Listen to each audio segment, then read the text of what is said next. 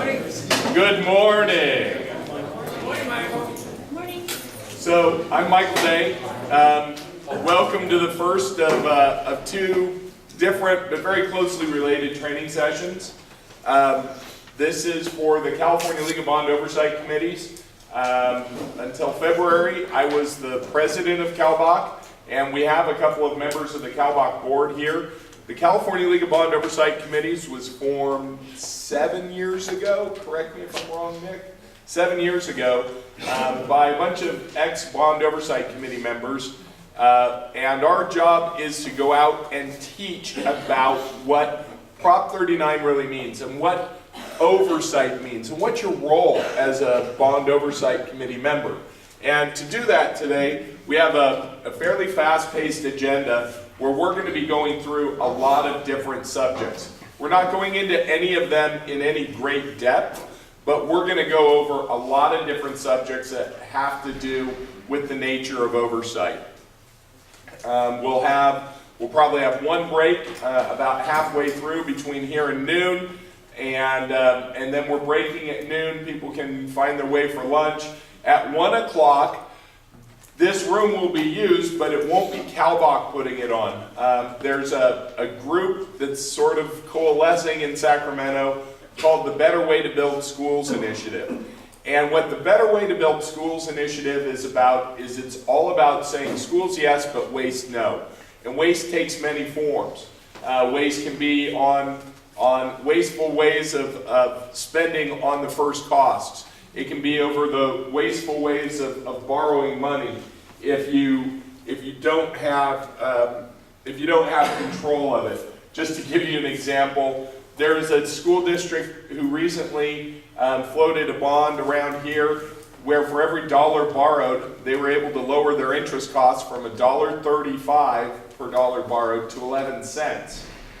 There's another school district in Patterson. They borrowed $77,000 and taxpayers will get hit for $8.8 million to pay that $77,000 back. For those of you scoring at home, that's over $100 in interest for every dollar they borrowed. It's legal. It's legal. So, if again, for those scoring at home, the difference between 11 cents per dollar borrowed and $100 per dollar borrowed in terms of interest is 1,000 to 1 difference. Now, if you take school construction costs, which could be in some cases under $200 a square foot and in some cases over $2,000 a square foot, and you put those together, then you start to see how all of these different layers work together. What the Better Way initiative is about saying, stop, no, we're done. We're not going to do it like this anymore. There are districts out there that are doing good things. This district, Natomas, is doing good things. Folsom Cordova, San Juan, Woodland. Now they may not be doing everything right, but they've each taken on different parts of that. What the Better Way initiative is trying to do is to bring all of that together and to say, here's a cohesive form. You don't have to do everything, but you should probably be doing a lot of it. Now, is that related to Citizens Bond Oversight Committee work? Absolutely. One of the biggest things that we do in bond oversight is what's called Section 5 analysis, and we'll go into that. But in the language that set up Prop 39, it specifically charges bond oversight committees to make sure that, or to review the efforts of the district at employing every cost reduction method that they can. And they either do it or they don't. And if they do it or they don't, that's up to the district. That's in their world. What's in the world of the Bond Oversight Committee is accurately reporting to the public, without fear or favor, what's going on. Their job is to do it, to decide what's right. The role of the BOC is, in some cases, to provide some advice, but absolutely to come back and to report on how well it's being done. And that starts, so those are the two different presentations today. Again, the first one is CaLBOC, and the second one is Better Way Initiative. And I just realized that I left my computer stick out in the car, so I'll be right back. Pardon me. All right. So what we're starting off with this morning is the roles and responsibilities of Bond Oversight Committee. So the roles and responsibilities of the Bond Oversight Committee are largely governed by Ed Code 15278, and we're going to have handouts on this portion a little bit later. They're getting printed. So Ed Code 15278 turned Prop 39 into law. Prop 39, of course, was in November of 2000, and it lowered the threshold for school bonds from a 2/3 majority to a 55% majority. But it had some restrictions. It said if you take the option to go for the lower, there are some restrictions on you. First off, you have to impanel a bond oversight committee. Second of all, you have to do annual performance audits and annual financial audits. And there were some other restrictions in terms of the tax rate, the ad valorem tax rate max cap that you were allowed. So those were the restrictions on it. What Ed Code Section 15278 did was it put that into I'm going to actually put myself on a timer here so that I make sure that I don't go too long. Put myself on a stopwatch. And hopefully stopwatch start. There we go. The purpose of the Citizens Oversight Committee shall be to inform the public concerning the expenditure of bond revenues. And the Citizens Oversight Committee shall actively review and report on proper expenditure of taxpayers' money for school construction. So it has a couple of things that are in the must-do category and a few things that are in the may-do category. So the must-do. The Citizens Oversight Committee shall convene to provide oversight for, but not be limited to. This is language. This is state statute. It is not limited to both of the following: ensuring that bond revenues are expended only for the purposes that were enunciated in the bond, and ensuring that funds are not used for any teacher administrative salaries or other school operating expenses. Yes, please. Sure.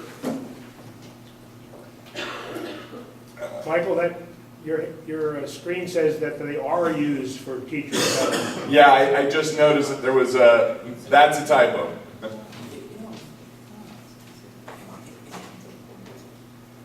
Let's try 150. Whoa. All right. So may do. In the furtherance of its purpose, the Citizens Oversight Committee may engage in any of the following activities. And these are the 5 that are generally considered to be the heart of what the Bond Oversight Committee does. Receiving and reviewing copies of the annual independent performance audit. Receiving and reviewing copies of the annual independent financial audit. You see, those are 2 different lines, and we'll get into this a little bit later, but those are 2 different animals. They are financial audit and performance audit are completely different animals. Inspecting school facilities and grounds to ensure that bond revenues are expended in compliance with the requirements. So they want you to go out, they don't just want you to sit at a desk, they want you to go out and actually look, touch, feel, smell, and see, use multiple senses to make sure that this is actually being done. Receiving and reviewing copies of any deferred maintenance proposals, and what's sometimes called Section 5 analysis, reviewing efforts by the school district or community college district to maximize bond revenues by implementing cost-saving measures, including but not limited to all of the following. And it starts getting into, what are you doing to reduce your soft costs? What are you trying to do to incorporate other types of efficiencies? This is called Section 5 analysis. The first 4 are rearward looking. They're saying, how did you spend the money? What this one is doing, what Section 5 analysis does though, is it's talking about the efficiency. Are they taking advantage of best practices out there? This is the only one that really has sort of a forward-looking element to it. It's the only one where you're saying, here's something that we could do that affects how we spend the money in the future. District responsibilities under 15278. The governing board of the district shall, without expending bond funds, provide the Citizens Oversight Committee with any necessary technical assistance, shall provide administrative assistance in furtherance of its purpose, sufficient resources to publicize the conclusions of the Citizens Oversight Committee. So, district has some responsibilities there. So, what is meant by technical assistance? Sometimes you won't have a real construction professional on your committee. So you can have the construction manager. You can ask that they come and talk to you. If you don't have an auditor or a CPA on your committee, you may ask your district, and this has happened with with some BOCs, they've asked the district to engage a separate CPA to provide a top-level peer review and advice to the district Citizens Bond Oversight Committee about what to look for in the financial audit and in the performance audit. So if you don't have a certain technical capability within the members of your BOC, according to state law, the district is supposed to be able to provide that to you. Just gets around to saying that it's good to have a well-rounded BOC. Sir? Just a quick question, where does the funding, if that situation should occur? That's supposed to come from the general fund of the district.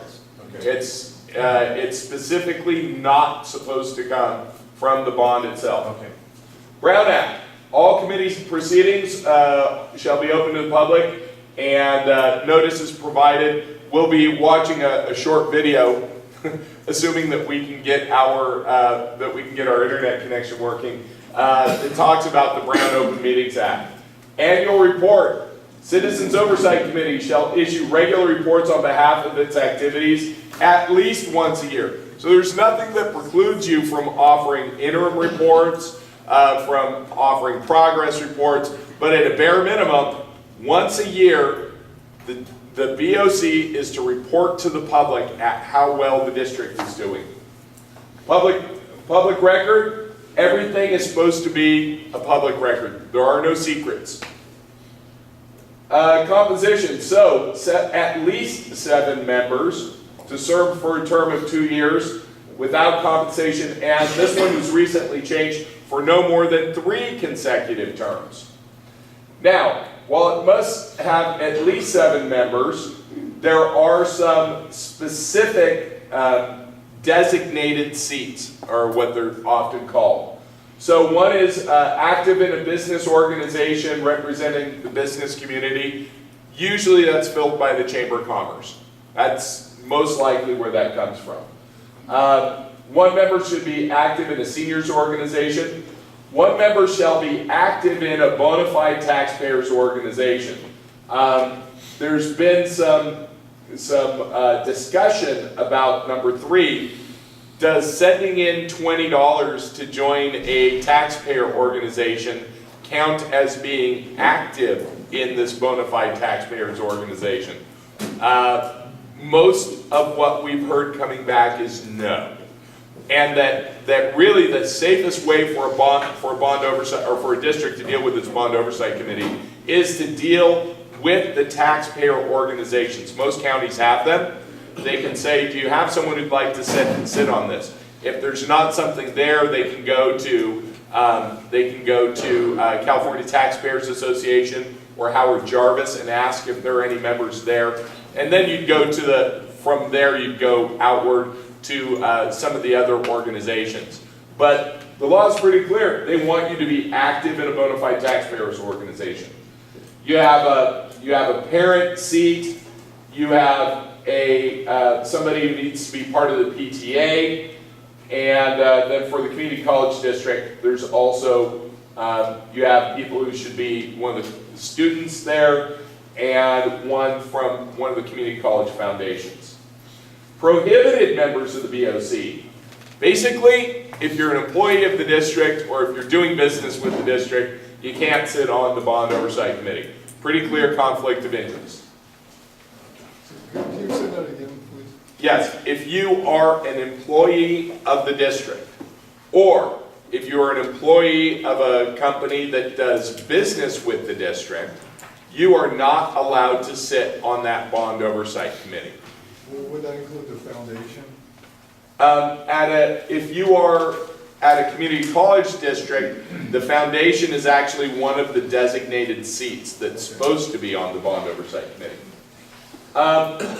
Michael, that includes spouses or? Yes, that includes spouses. So under Government Code Section 1125, it gets a lot more into what constitutes a conflict of interest, and it's pretty extensive.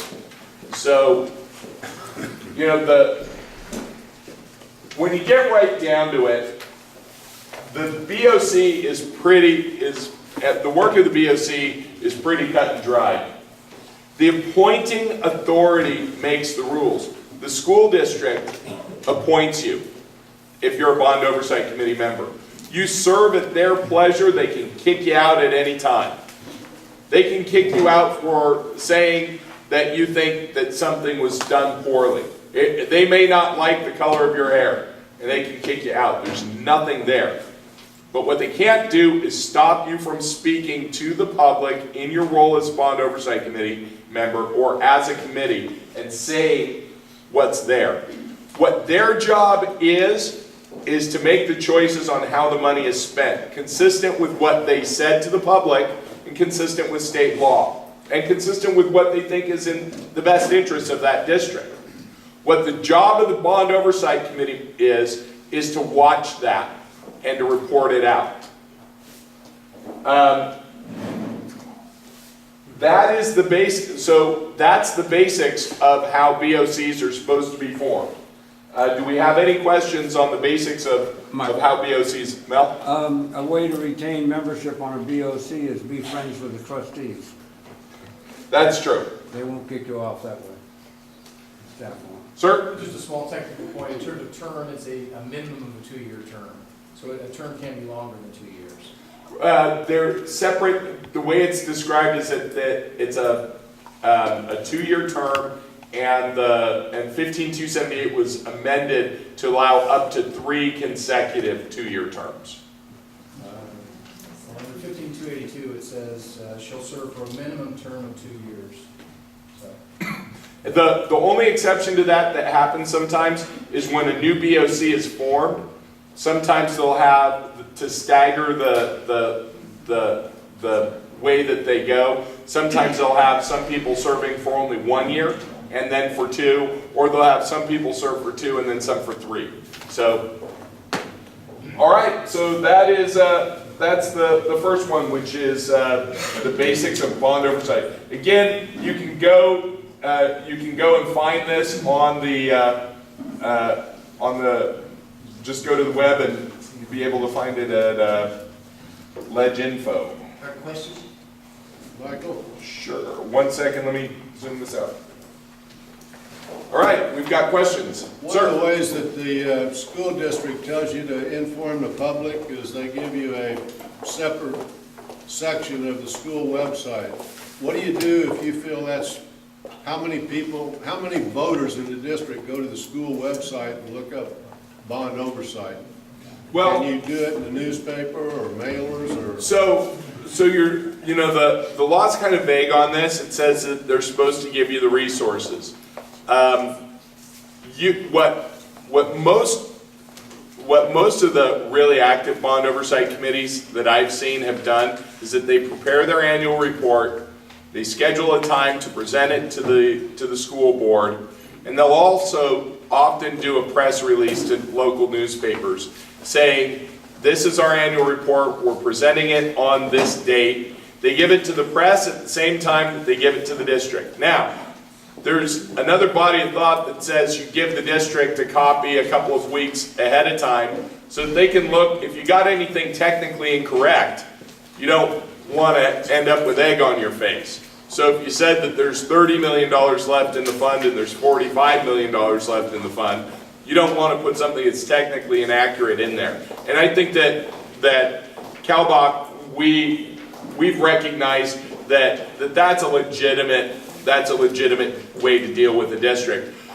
What a lot of people feel is illegitimate is giving the district the ability to edit what you say. That's not their job. Your job is to call the balls and strikes like you see them. Let the chips fall where they may.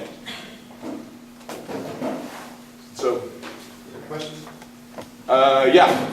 So, in terms of conflict of interest, Yeah. what if you're an attorney who has contractor clients that may work for the district at some point, or a CPA whose clients, so your clients get fees from the district. You don't have any influence over that, but is that a conflict? I mean, there's a connection. You can always take that ripple of the pebble on the pond, one layer out. What I'd say is that would be one that I don't think, and this is just me personally, I don't think you'd conflict out on that. I think that it should be well noticed to other members of the Bond Oversight Committee. And if you've got somebody on your BOC who's provided notice that these are my potential conflicts, and then they tend to be doing things that are in the interest of their clients, and that seems to be how they're shading it, call them out. Time to put on your big kid pants here. You're here as representatives of the public at large.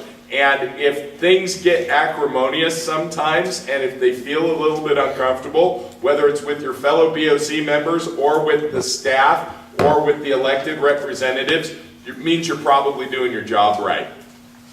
It's not meant to be at loggerheads and shouting matches, but it's also, you're not trying to be on their Christmas card list. You're supposed to be watching over them, right? And you're supposed to be reporting. And you should be reporting the things they do well. But by God, you should also be reporting front page, center, above the fold, the things that they could do better. And there's nobody else in our society, there's nobody else in this whole system, really, that has the job that a BOC has, which is to look over it and report back out. You're the only line of defense in a lot of cases. There's a lot of corruption out there that doesn't meet the legal definition of corruption, but there are campaign contributions that go back and forth to bond campaigns, and then there are contractors selected and service providers selected without a competitive bid and all this stuff. And it just happens to be the people that donated to the bond campaign and all this other stuff. And that's why you have districts that are spending $2,000 a square foot. And that's why you have capital appreciation bonds that are driving costs through the roof. Everybody's making money off of it, but it hurts our community in the long run. The only line of defense, the only person that has a way to say stop and let's take a look at this and report it out is really the Bond Oversight Committee. That's what you signed up for. In the back. So my question is as a board member, how do you get if this is an independent board, how do you bring that proceeding into board conversations? Is there a natural firewall that's supposed to exist, or can you create? No, not at all. So, great question. So it starts with getting independent members on that BOC. That's the first part. I served on a BOC, and when I got there, the outgoing chairman told me that the purpose of the Bond Oversight Committee was to provide coverage so that the district could sell the next set of bonds. Now, that is not a definition of oversight that I ever expect to see in the Oxford Dictionary, right? What we were able to do, though, was to develop an ethos within that Bond Oversight Committee. We are not going out there to hang heads on a wall. We're not going out there to embarrass people. But we really are going to look into this, and you know what? Sometimes we might find stinky stuff. Sometimes we might find things that embarrass people. You know, you may have been the chief business official that signed off on a cab that went at 17-1 or 100-1, right? Okay, that money's gone. It's gone. We can't do anything about that, but fool me once, shame on you, fool me twice, shame on me. The role of the BOC is to expose that, let everybody see, and if they want to put in, you know, tiki dancing and dental studios and call that board policy, that's the district's, that's their right as staff and as electeds. But it's the duty of the BOC to report back, to be the conscience of this. And they don't have to report back only once, right? You can ask, it would be entirely appropriate for a board member to ask the BOC, I'd like your opinion on this, particularly if they have some experience and some expertise. Absolutely. Good way to go. All right. Let's see here. BOC structure, typical BOC structure. It's partly defined by the Ed Code, partly defined by your local situation, and by the desires of the BOC members. Form follows function. You know, if you're a completely built-out district and you don't have any new construction, your needs are probably going to be different than one that's going from a one-room schoolhouse to being, you know, a bedroom community of 50,000 people. So, typical structure and responsibilities, chair and vice chair. Why do you have one? Somebody needs to set the agenda, somebody keeps the meetings moving, and somebody keeps the meetings following the rules. Optional, usually the chair or the vice chair is selected as the single spokesperson of the consensus of the group. So when somebody speaks for the BOC, whether it's to the board or to the press, answering anything, that's where you're usually going to, in most cases, that's delegated to the chair. Audit committee, tasks to review the performance audit, to review the financial audit, to follow up on any issues or what are called findings, to report back to the committee on findings, and to prepare the audit portion of the final report. Notes, performance and audit committees may be separate. So you may have one group working on the performance audit and one group working on the financial audit. Deborah? Who does the performance audit? Well, that's a good question. The district hires the auditors. In some districts, what you'll see now are that the members of the Bond Oversight Committee are being brought in an advisory role to advise the district on selecting the auditors. There's another best practice out there that says that the auditors for the bond should not be the same auditors as the auditors for the district's own books. So if you think about these engagements that might be worth hundreds of thousands of dollars or even $1 million or more for a large district to provide auditing services, then they're supposed to go turn around and provide the audit on maybe the financial audit on the bond and maybe even the performance audit on the bond. There's an inherent conflict of interest there. You're asking them to report out on somebody who may be their largest client.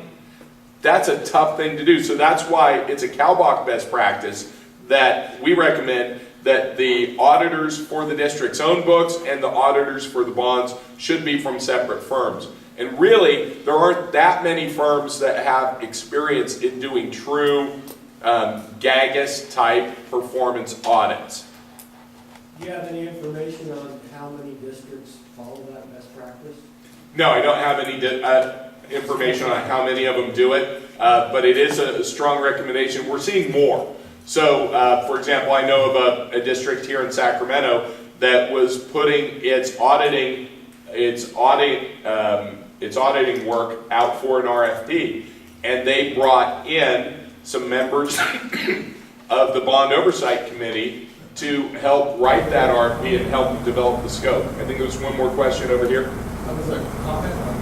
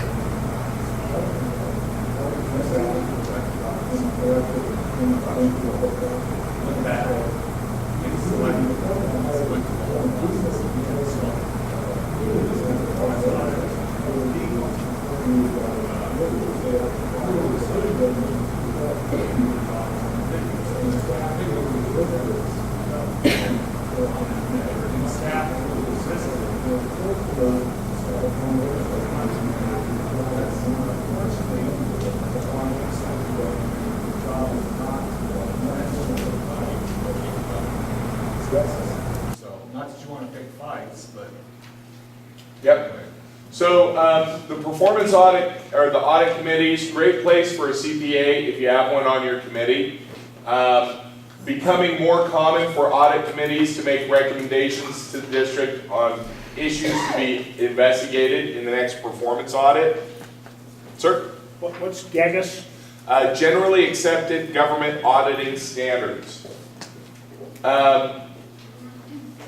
If a district does not agree to allow you to put issues for investigation into the performance audit, that's their right. I think that should be noted in your next annual report. You should tell the public, we wanted to look into this, the district wouldn't look into it, we're noting that in our annual report. Annual report is another committee. Usually you have a couple of people delegated to putting together the annual report, and they're taking it from all the other committees, from the financial audit committees, from your Section 5 analysis committee, from all the other ones, and putting it together.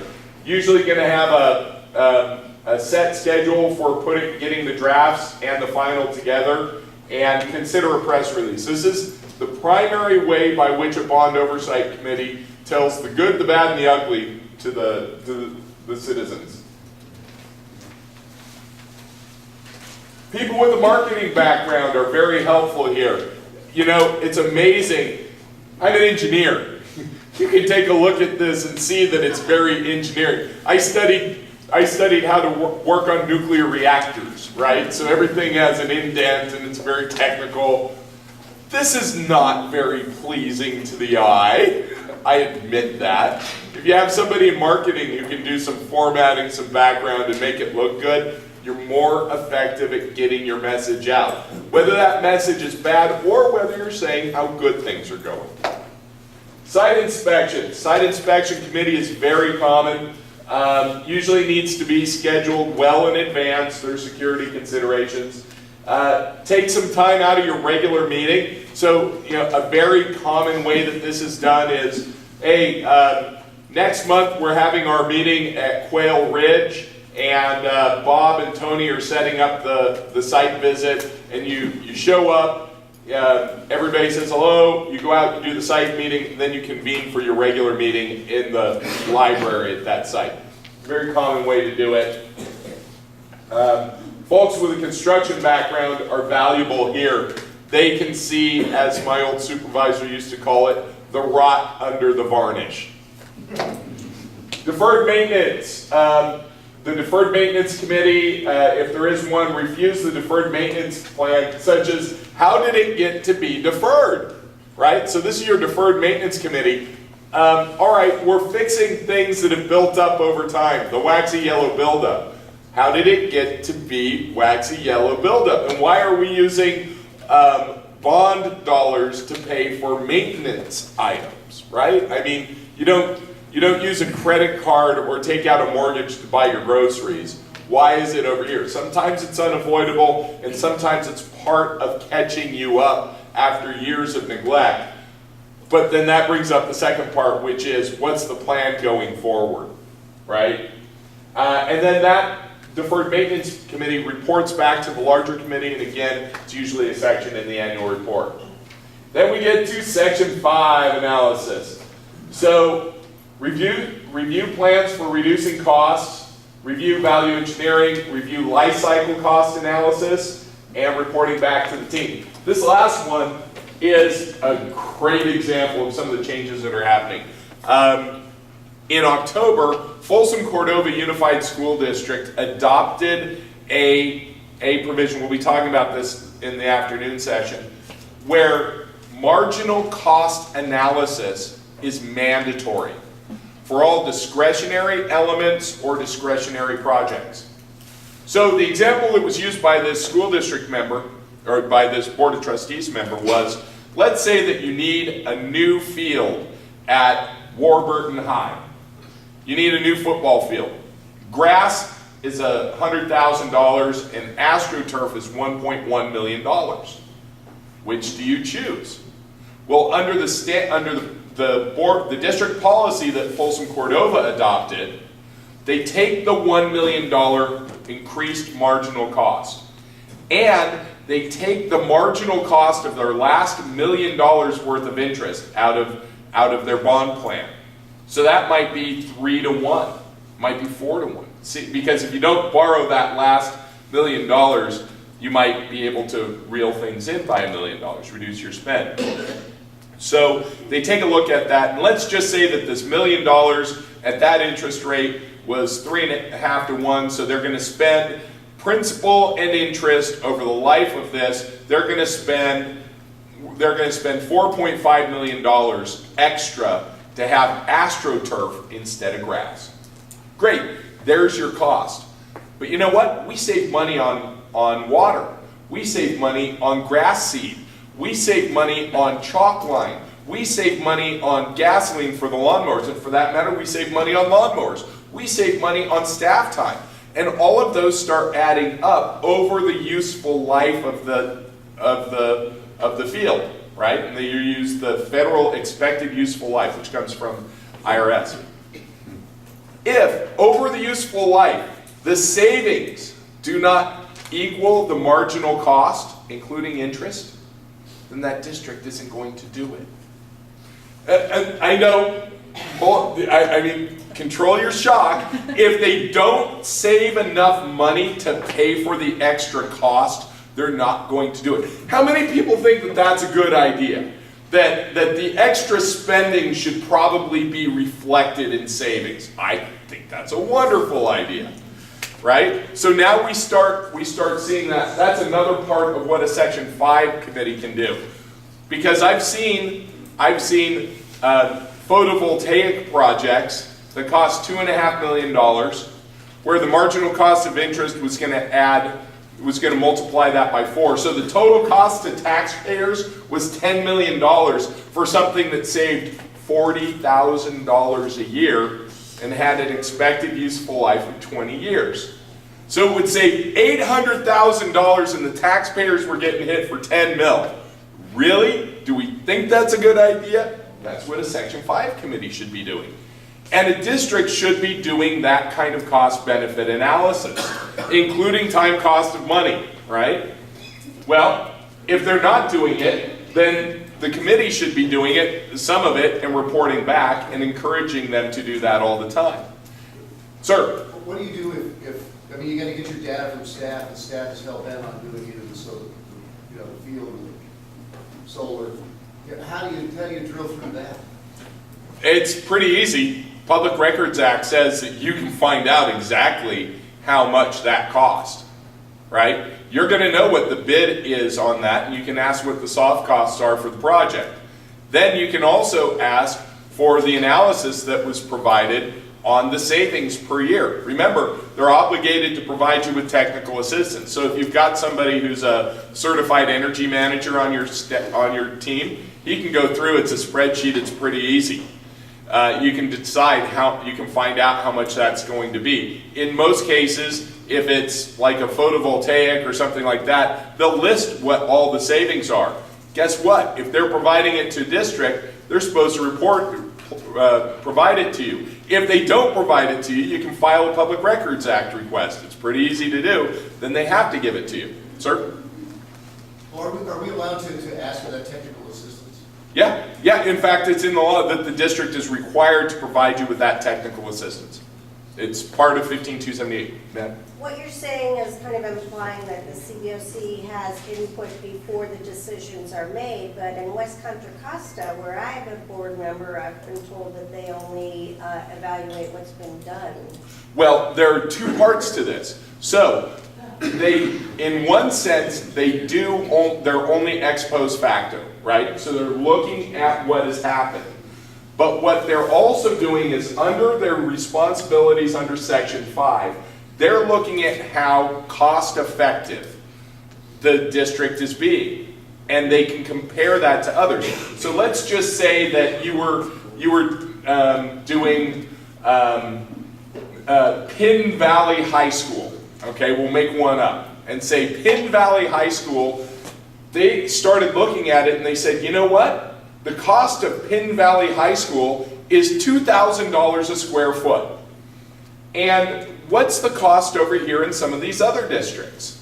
Well, they built one over here in Richtown and it was $1,000. And they built one over here and it was $200 a square foot. And we're spending $2,000 a square foot.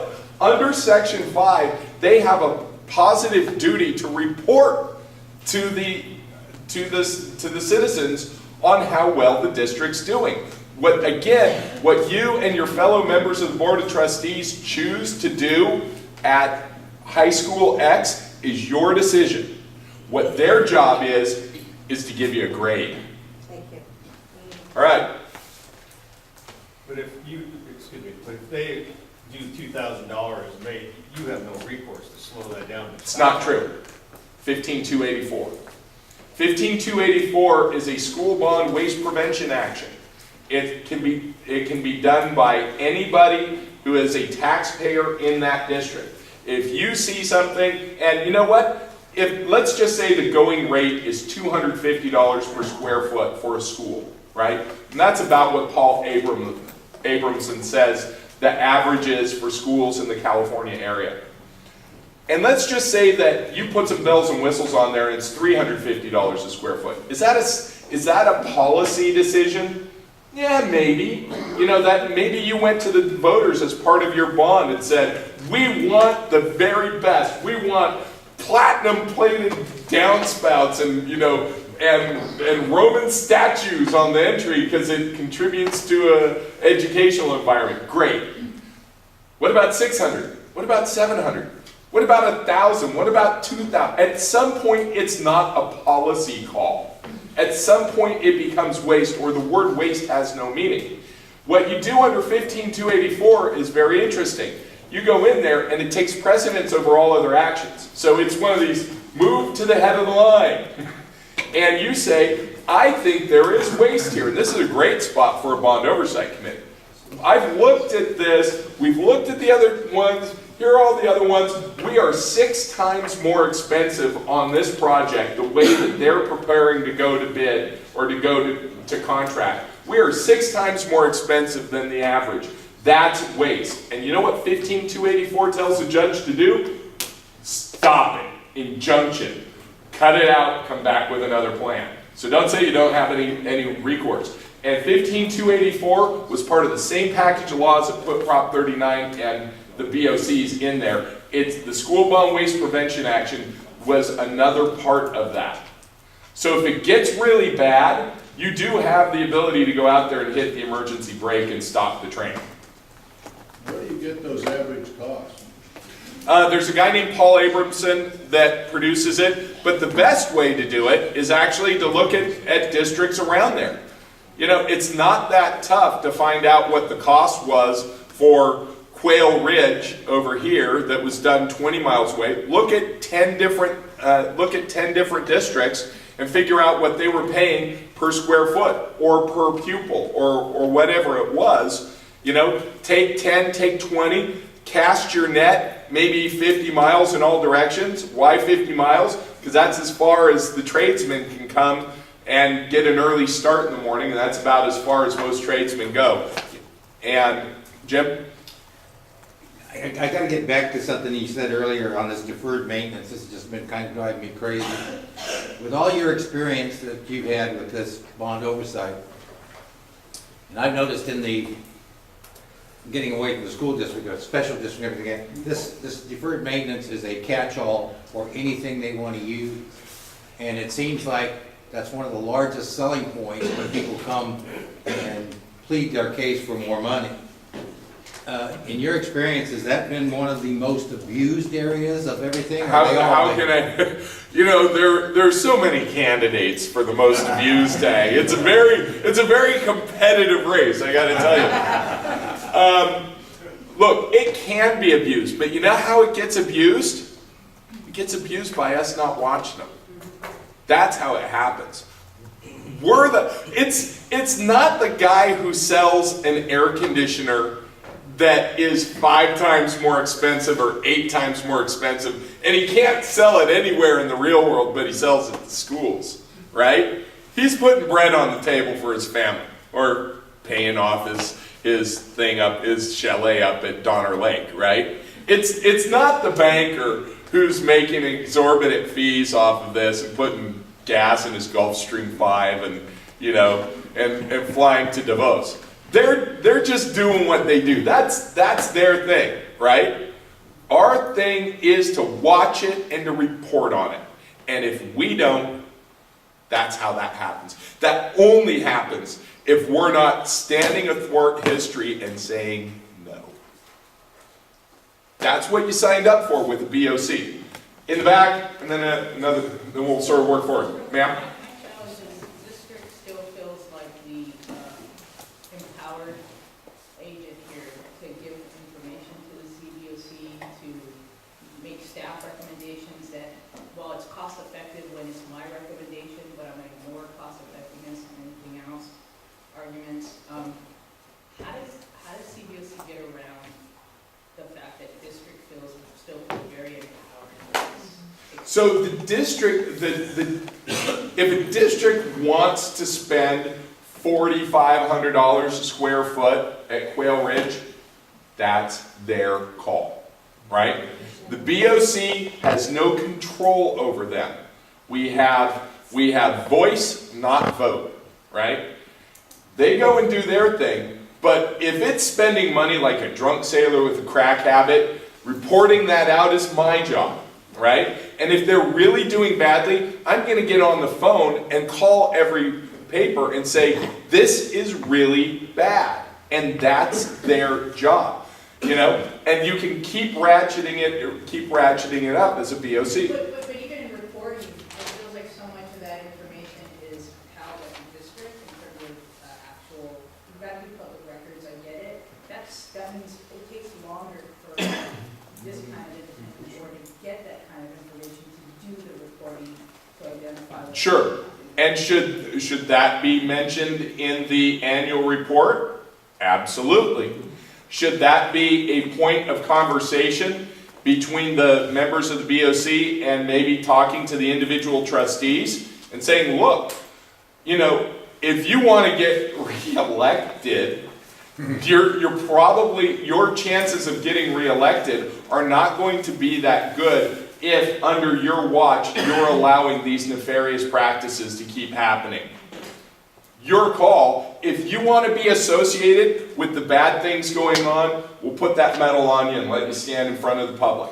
And that's the way our system works, right? You can sign up with the bad guys or you can sign up with the good guys. And yes, it is not happy times when you are the only board member taking on the administration and you have some other co-opted board members. But you know what?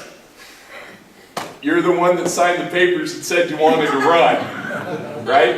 And here's the thing, is that you may not always win, but you might, right? And because you might win, you must try. It doesn't just kind of get to the point where how do we stop the waste, not report that it's happening? Okay, if it gets bad enough, you file a 15284. If they won't do anything, you file a 15284. And there's nothing that prevents you as a trustee from filing a 15284 as well. It says any taxpayer, ma'am? The title of the 15284. School Bond Waste Prevention Action. Okay, I'm going to take 2 more and then we're going to move back to the stuff. Sir? Under the 15284, who has the burden of proof? Does the committee or the person who selected it, or is it the district to refute? And how long does the injunction usually take to take effect? Because if they can go for a year and keep on going, they may finish the project.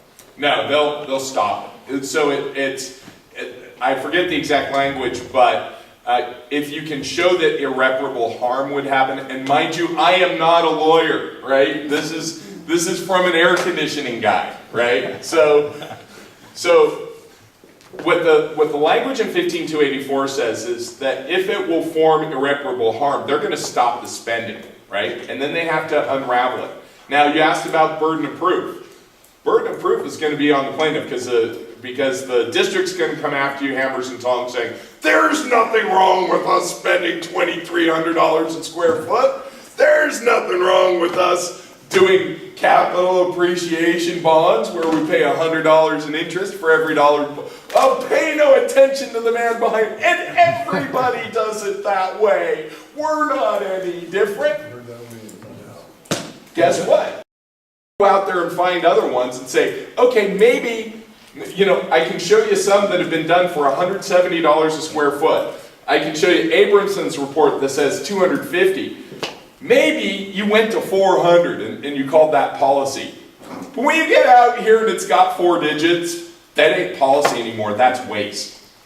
Have a nice day. Oh, by the way, here are some other districts around you, and here are the projects they did, here were their total costs, here were their square feet, divide X by Y, right?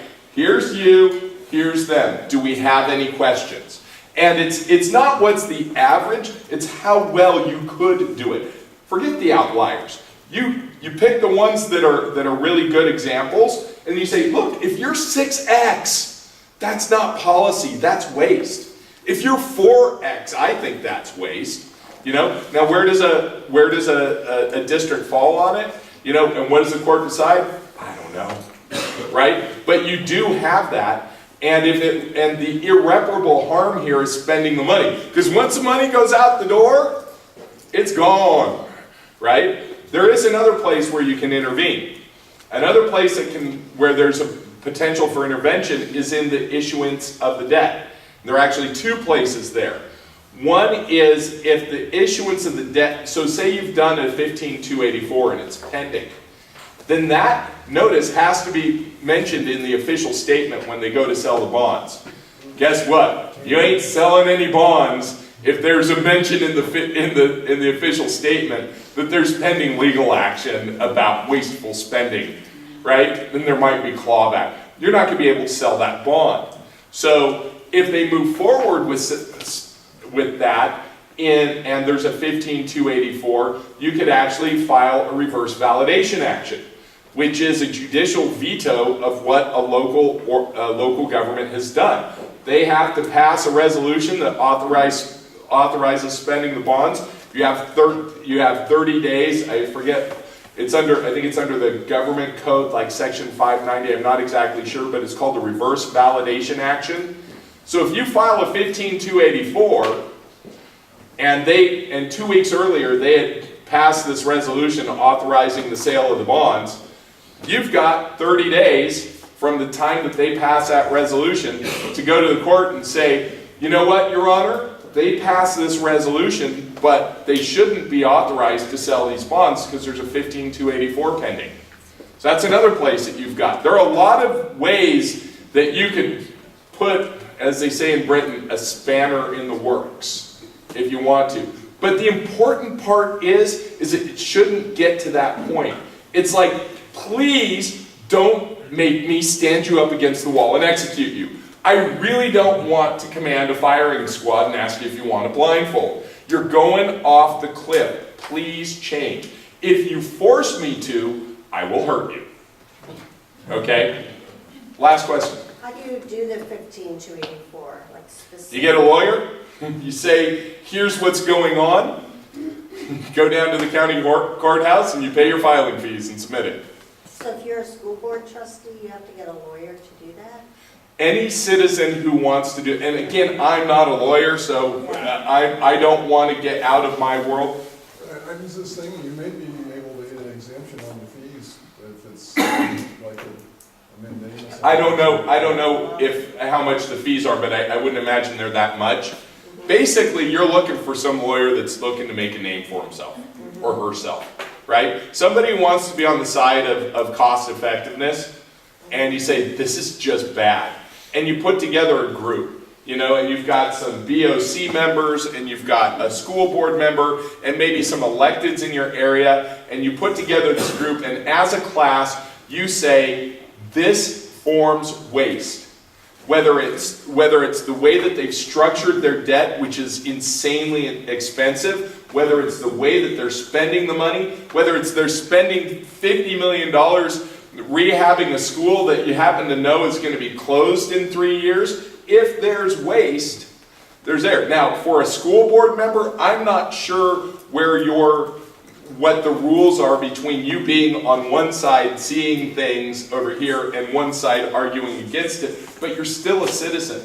And if there's waste here, this 15284 is pretty easy. It says, if you know of waste that's covered under one of these Prop 39 bonds, and you can uncover it, come to us and we're going to stop it.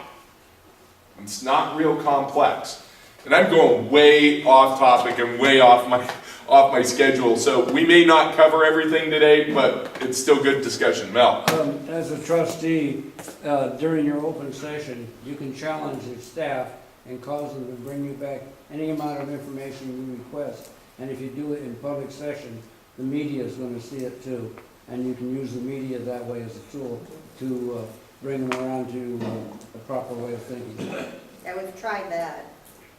I mean, you know, Yeah, without you, before you file a legal action. yeah. And the yeah. section may tell you how to file the action. But first, Yeah. as a trustee, you have a lot of strength on how you can cause staff to respond to you. And you can utilize that as a first step and use litigation as a final step in the process if you have to. Okay, so we've now reached the second of our scheduled 15 items here. We were supposed to go on to Brown Open Meeting Act, but I'm not able to log on to the network here. Arthur? I have a hotspot. Yeah, we all have hotspots.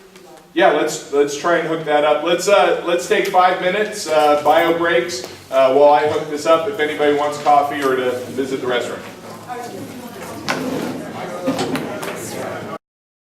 And if we were not able to access the CASBO website, the California Association of School, or the California School Boards Association, is that it? CSBA. Yeah, CSBA has a great website and a great video on the Brown Open Meetings Act. So the Ralph Brown Open Meetings Act, just to give you some background, and I'll encourage everybody to go there. Basically, it says that public deliberative bodies cannot conduct their activities in secret. You have to give proper notice, which is typically 72 hours, although there's an exception for emergency measures. You have to publish your agenda. You can only take action on items that are on the agenda. The meetings have to be open to everybody. There's no confidential material allowed, with the exception of, like, if you're doing work on contracts or personnel, you can, you know, that's it. But that wouldn't really apply to a bond oversight committee. The penalties are personal, right? So the penalties under the Brown Act go to you as an individual.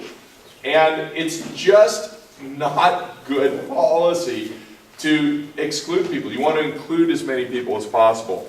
So as we're waiting for this one to get cross-checked, I encourage you, there's some great videos out there on the web right now about the Ralph Brown Open Meeting Act. Excuse me. All right, so the other thing that's also out there, and excuse me, these are at CASBO, the California Association of School Business Officials, CASBO. The other one is the California State Public Records Act. We've mentioned it a few times. We have a really great Public Records Act here in California. It says you got to do it. If it's put in and it's a record of a public agency, they've got to give that data up. And that's a very powerful tool to a bond oversight committee. You know, in the best of all worlds, and in a lot of districts, there's no need for a Public Records Act request, right? It doesn't happen, because because at its best, a bond oversight committee is doing things that are in the long-term interests of the district. And some districts see that. Some districts say, oh, they're going to expose something bad. Ah, I got to hide it. Ah, I got to restrict information. Oh, they might force us to do a different way of contracting, and I wouldn't get enough money to run my next bond campaign. So the people who are restricting information are typically doing it for good reasons.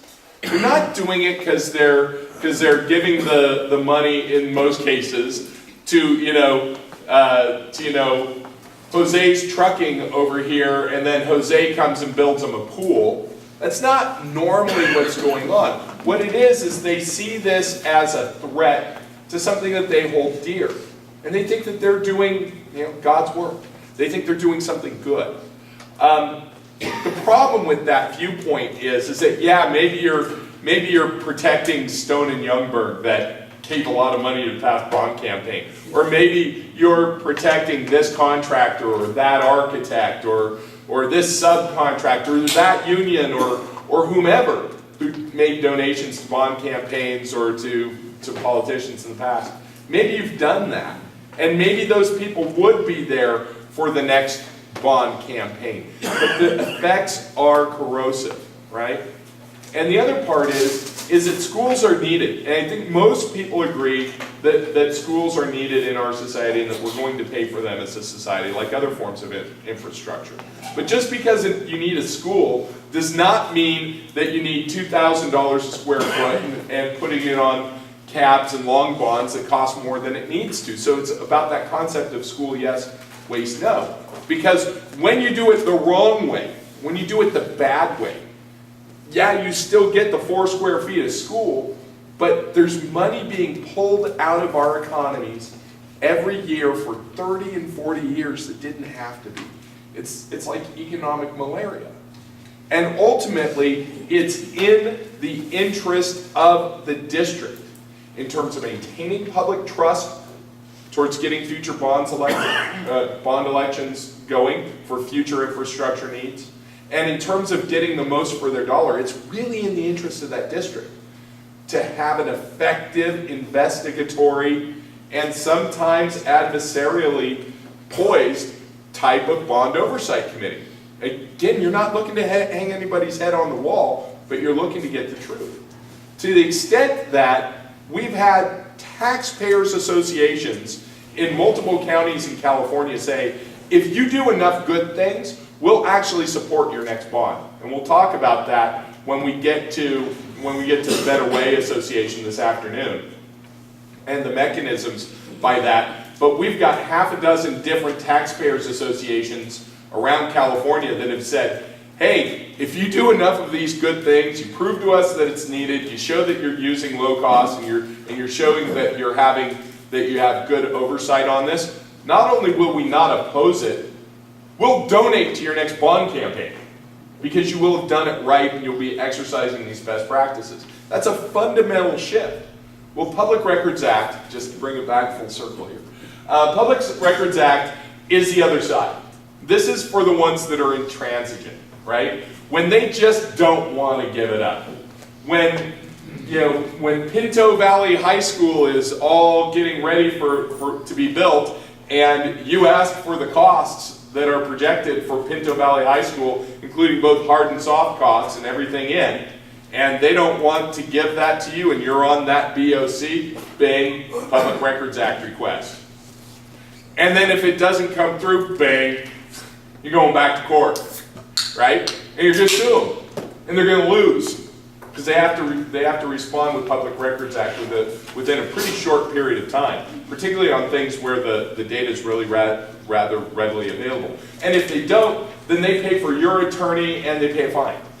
So, guys, we don't want to go this way. But again, like 15284, if they really stomp it, you're not powerless as citizens or as members of the Bond Oversight Committee. There are levers. There are wrenches that you can insert into the gears and slow things up. Now, I would highly advise you that this should be your last option, not your first option, right? I would highly advise you to only use this when things are really pretty bad, right? Don't go to for a 15284 if they're spending $237 a square foot and you saw another district a few miles away that was spending $248, right? But if they were spending $248 and this one is $2,480, yeah, that's probably it. Public Records Act is the same concept. Again, great video on the website for CASBO, California Association of School Business Officials, about Public Records Act. And with that, I will introduce Mr. Nick Marinovich. He's a board member, like myself, with the California League of Bond Oversight Committees, and has a long history in contract management for San Diego County, and was one of the principal people that was involved with the Bond Oversight Committee in Sweetwater, which has resulted in federal investigations, convictions, and people doing bad things getting spanked. Mr. Nick Marinovich. Hey. Well, while we're filling for time, I was like a government employee for 32 years, and I sort of kept my mouth shut, did my job. If I had an issue, I would quietly go to my supervisor, chain of command, all those kind of things. And I was appointed to the Sweetwater Bond Oversight Committee in 2005. And it's a district in southern San Diego County. A lot of it abuts the border, 42,000 middle and high school students. It's one of the largest district of that type in the nation. And before I start, and some of this is redundant, but maybe you can see it better from the other presentation. This person on the left is Jesus Gondra. He was the superintendent that spent about 2 months in jail. He was a former Sweetwater school board president. And I don't know how many of you are new school board or new bond oversight committee members, and you have to get into the mentality it's okay to speak out and get out of your shell, because I definitely got out of my shell by happenstance. And what happened in my just reporting and project lists and all the stuff you do as a bond oversight committee is so important is sometimes you'll see something that's worth reporting. And in March of 2007, this Sweetwater district was going from one bond program to another. And in doing so, they were going from one project manager to another. They're going from a joint venture, Harris Gafcon, to SGI, Gilbane SGI. And we heard a presentation at our committee from staff in March of 2000, I believe it was March of 2007, saying that we issued a new request for proposals. And this is why, again, going back to bond oversight, why it's important to really listen to clues, is there was our request for proposals, there was an evaluation committee, and the evaluation committee ranked Harris Gafcon for the new bond program as the best project manager to continue on. And they've been arguably doing a very good job. Then the staff member who seemed uncomfortable saying that the new superintendent, this person, came on board and had a new evaluation committee to reassess the submittals. And I go, what? Why is that? That doesn't seem quite right. Because you go through a process, now you change it with a new superintendent. So since I used to handle contracts for the County of San Diego, I go, no, that doesn't seem quite right. Well, and I took it with a grain of salt. The firm that wasn't selected says it doesn't seem, this is what's happening, that he wants SGI to be the program manager, and Gilbane is just the front for. They're eventually probably going to, SGI is going to get most of the work, which is actually what happened. The point is, and I actually went before and I wrote a letter before the Board of Trustees and outlined the concerns that I had in April of 2007. And then the news articles started coming out about the bridal showers, that he invited all the contractors, and they had a money tree where they're putting the money on, and all these kind of crazy things that were going on. But there's a lot of money, the point is there's a lot of money involved in these programs and the potential for political influence. And that's why asking the tough questions, not that it's necessarily corruption, but asking the tough questions is really important. And Project List, the basis of all bond oversight is, did you tell the voter, are you spending the money how they told the voters you were going to spend it on? Is it either or either not, or is it good or is it bad? Are you doing it efficiently? So, again, the California Education Code has that as the requirements, and there's just, as we all know, there's a lot, yes. So one of the things about Prop 39 was that you had to specifically list the projects you were going to work on, what you were asking for the money, what you were going to do it on. And there was what was the district, was it San Diego, the stadium lights, was it? Overlight's decision for Yeah, San Diego Unified School District. So what happened was a group of, there was a district that said, they put in some very vague language saying, you know, we're going to do general upgrades and improvements to our facilities. And they didn't specify it any further than that. They said, listed some specific facilities, but then they had these sort of, what are sometimes called weasel words. And so they put this flexibility in there. Taxpayers went after that district and they said, look, these football lights, you know, it's not an NFL stadium. You're spending millions of dollars on adding lights to the football stadium that'll be used for 10 events a year, you know, and that's not on your project list. And under Prop 39, you can only spend these dollars on things that are specifically on the project list. The district argued back and said, well, we had this general flexibility clause in there. Courts decided against, went to appeal. Courts decided against the district again. So the Hoover Lights decision, Hoover versus San Diego Unified, has laid down precedent that says you need to say exactly what you're spending it on. Not these weasel word slush fund, put it in any bucket you want.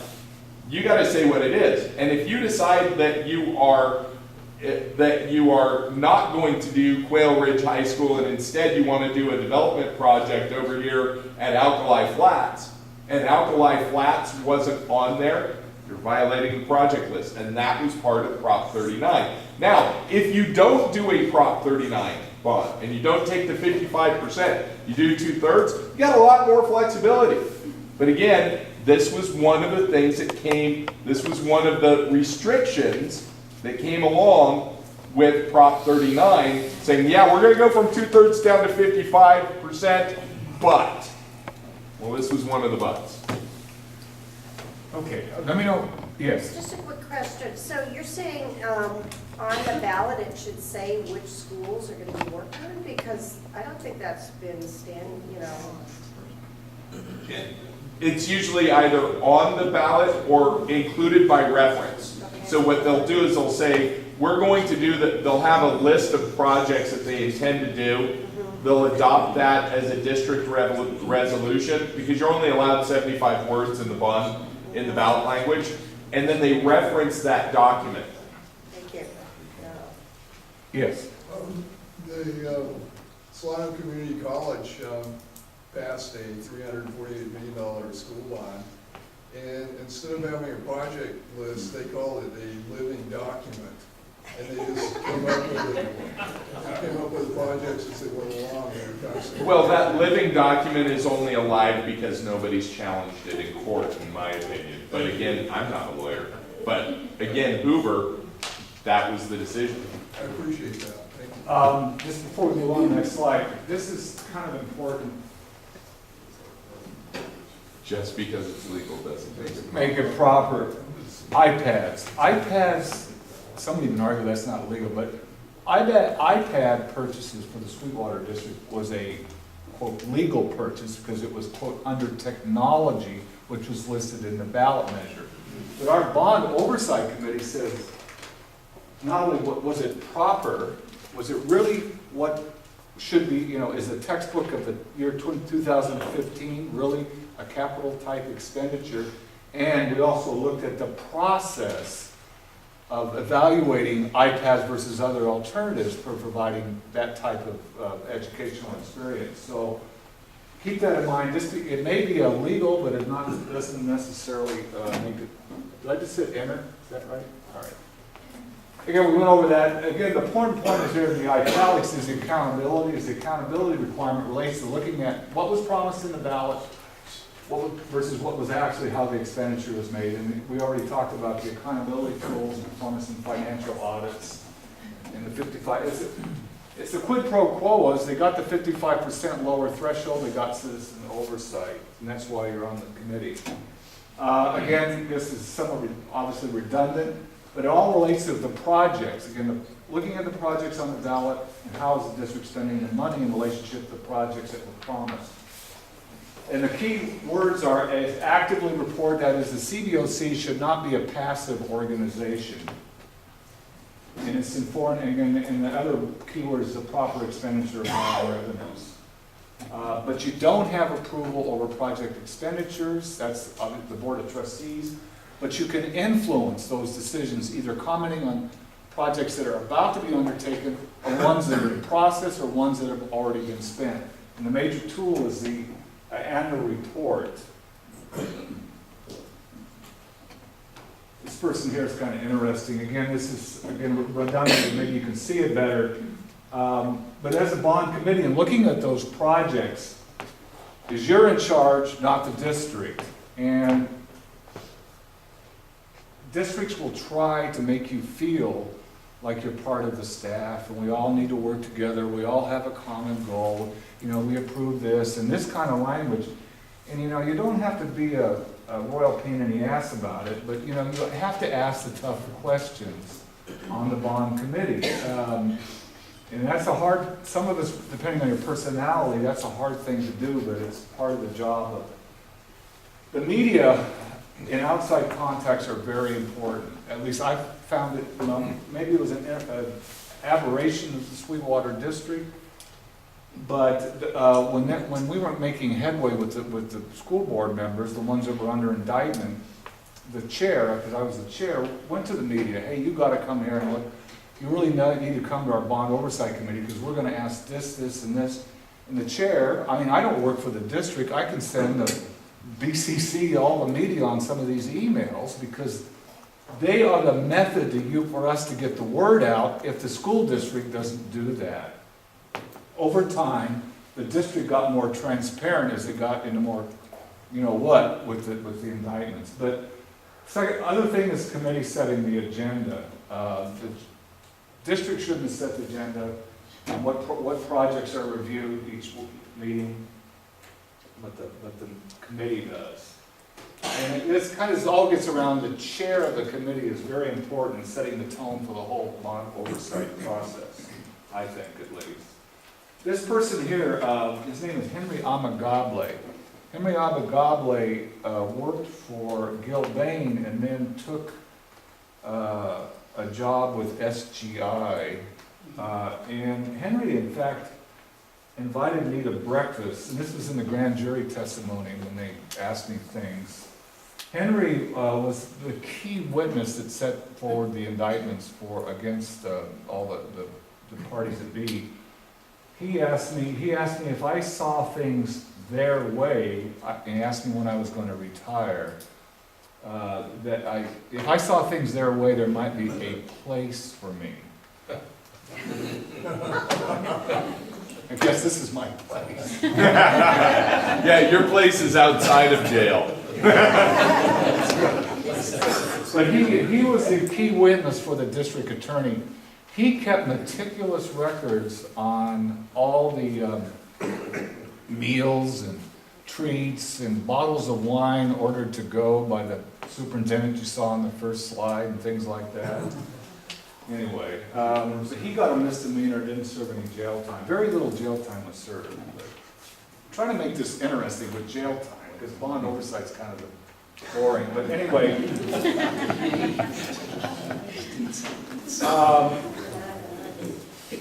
Effective bond, I know I'm a little bit off the topic, but, you know, this was in my PowerPoint earlier that I'd done. But just chair setting the agenda, and I'll move this quickly because we want to get to the project list. Review the agenda with the whole committee. In other words, don't make it an autocratic process. There should be flexibility in public input. What that means is, if you're the chair, and this is where really I get my, if there's 3 minutes and you're in the middle of a sentence, you don't interrupt the former Bond Oversight Committee member when they're talking before the committee. And I just had that happen to me, and I just, all right, whatever. So you give a little flexibility. This isn't the Board of Trustees, okay? You're a Citizens Bond Oversight Committee. You've got to push for transparency. This is the buzzword, 2000 transparency. Subcommittees are very important because if you get into a lot of details during the committee, you'll never get anything done. So subcommittees are important to look at those projects. Site tours are also extremely important because then this is not happy talk tours by the school district staff. This is going out, for instance, at an employee parking lot that's going to cost almost $30,000 per space and asking why, a schedule, I want to go out there tomorrow and look at that employee parking lot at that school. Oh, it wasn't in the ballot language. Oh, you really read the ballot language before you went out there? Those kind of things. You've got to, think outside the box and ask the tough questions. Multiple parties, just because one activist citizen, quote, activist citizen says something doesn't mean, you've got to get all kinds of points of views. Again, the media is important, and Ronald Reagan, for those conservatives in here, trust but verify on all the questions. Kind of went over that. That's a cute picture. That's why I put it on there. We talked a little bit about the Brown Act. In committees, if you're on a school district that, Mike's looking at me, I'm getting off topic. Yeah, I'll move on. Just the Brown Act is the way they'll try to get you. Project list, the real topic. Project list, in a sense, is what was on the ballot versus how are they spending the money. This is a fundamental reason for bond oversight. And the California Constitution requires two aspects, performance and financial audit. The financial audit, and we're going to talk more about that coming up, is that the money is on allowable expenditures pursuant to the Constitution. That means real property, acquisition of property, and so on, not on operating expenses. The performance audit is supposed to go down one level of detail. Are the specific projects listed that are listed in the ballot measure, in uses listed in the ballot measure, actually being spent? And I can't emphasize enough that the bond committee periodically, at least twice a year or whatever, needs to look and compare the ballot language to how the money's being spent. And I'll use an example at the end of why that's important, because you'll find that the district may actually be spending on projects that aren't listed in the ballot measure. It's your job as a bond oversight committee to ask question, why did you spend it on that, and what project that was in the ballot measure on that list does this relate to? And often, and this is the gray area, school districts will get cute and they'll use and other things as appropriate, or for security, for instance. Security, that's a broad category. An example, the recent example, the employee parking lot, which was not listed in the ballot measure, was considered security for the employees who didn't like the fact that they had to park on the street. Now, yeah, I guess you were employed, but is that the kind of security that when a voter voted that they want to make sure that all employees had a nice secure parking lot, or did they look for the classrooms and the other things, the fire alarms and so on? So it's important I would almost say each month to look at, when you get your reports and say, how does this relate to voter approved language? I got one question. Yeah. So bond measures, if they're big, they're a decent amount of years, 6 to 10 years. So what happens if parameters change? Increase school district, decrease school district. So some of the things that we thought they're going to spend money on are no longer needed, but other things that weren't foreseen, rightfully, or logically, pop up. I mean, what happens then? Those are just left alone, and another bond measure has to be passed, or can the bond be measured, or public meetings be changed, or how does that work? Actually, the language is kind of restrictive in Prop 39. It says, because you have that concept of a covenant. I am offering to do X if you do Y. If you do Y and approve me for the money, I'm going to spend it on this. Now, you're right, things can change. There's an explosion of growth in it or something. That's when it's appropriate to go back to the voters and say, things have changed. We asked for $200 million on Measure X. We've spent $100 million of it, but $100 million, we want to change that. Now we're asking for $150 million. We're going to cancel $100 million out of Measure X, and we're going to come back with Measure N, and now we're resetting our priorities. But that's a deal, right? And once you get into a deal, they've given their okay. And they've said, we're okay with you doing this and bonding us and charging us for you to do X, Y, Z as listed on this list. Now, again, if things change and you want to make a new deal, you go back and you renegotiate the contract, which in this context means go back to the voters.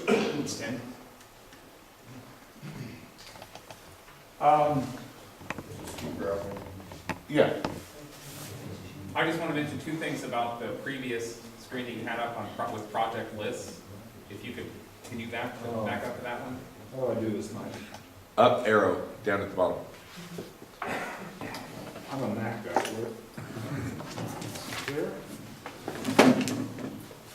Lower right, usually. Oh, this one?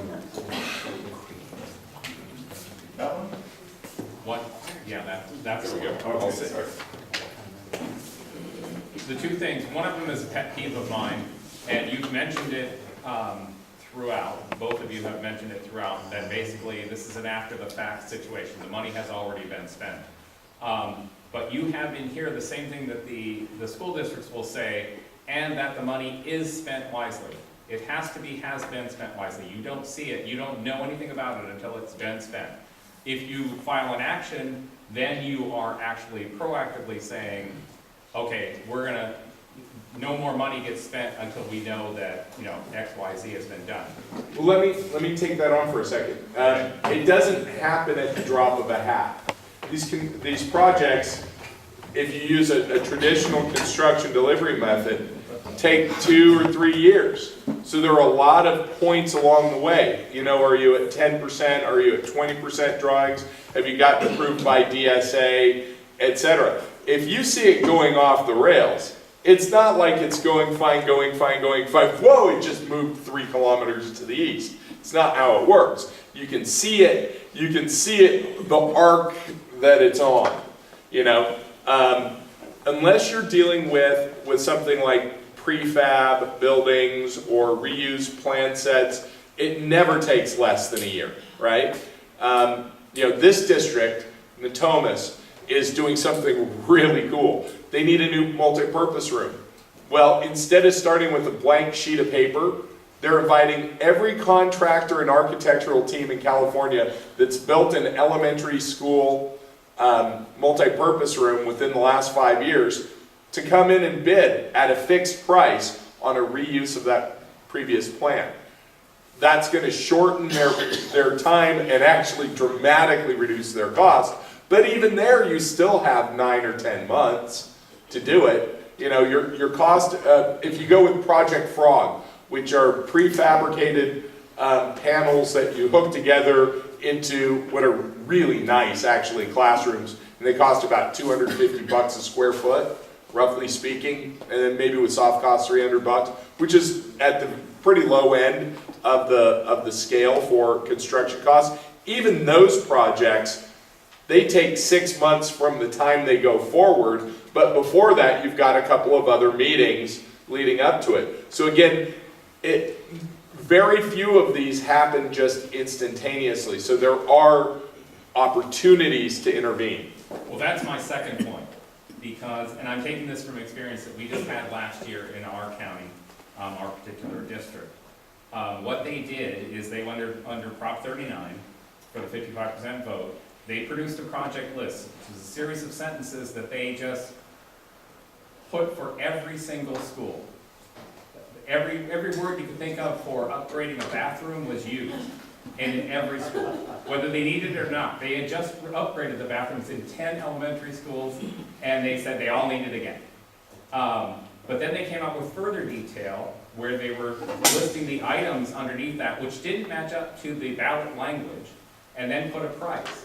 Then they changed that price 3 times by adding 5% for 2 years worth of escalation, thank you, and 25% for contingencies, and 26% for whatever money was left over from what the bond they were asking. So it ended up being about 55% was fluff, and 45% was the actual cost.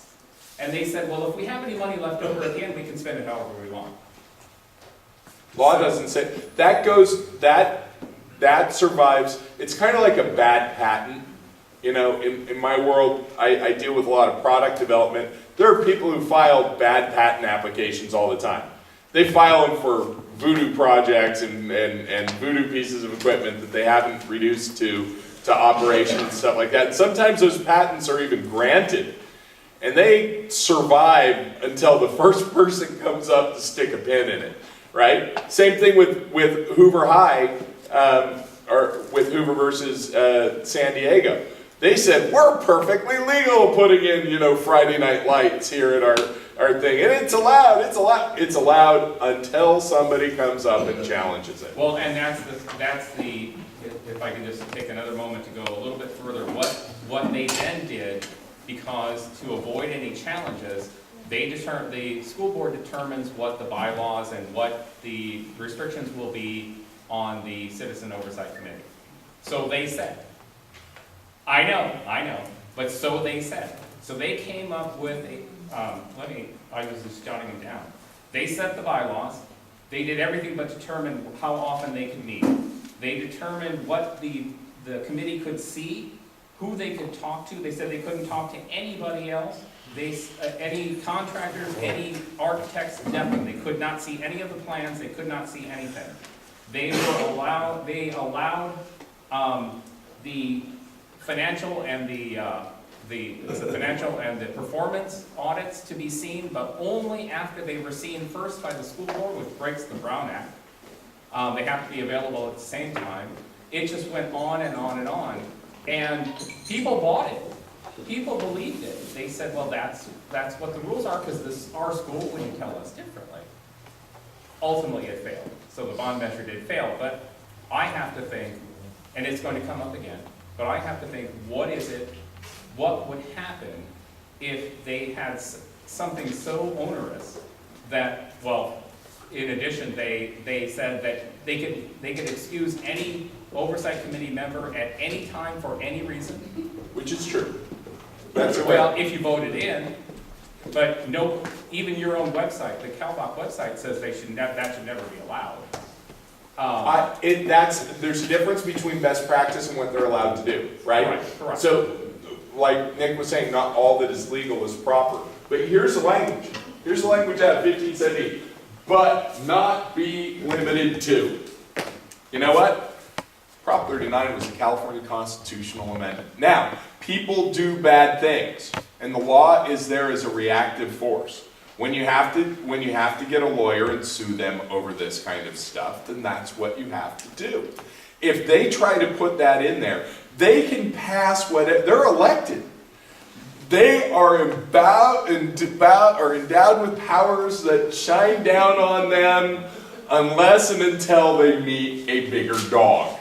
The Constitution of the state of California is a bigger dog than the XYZ school board of trustees. No matter how omnipotent they believe they are or anything else, they can't restrict through writing bylaws something that effectively emasculates the Constitution.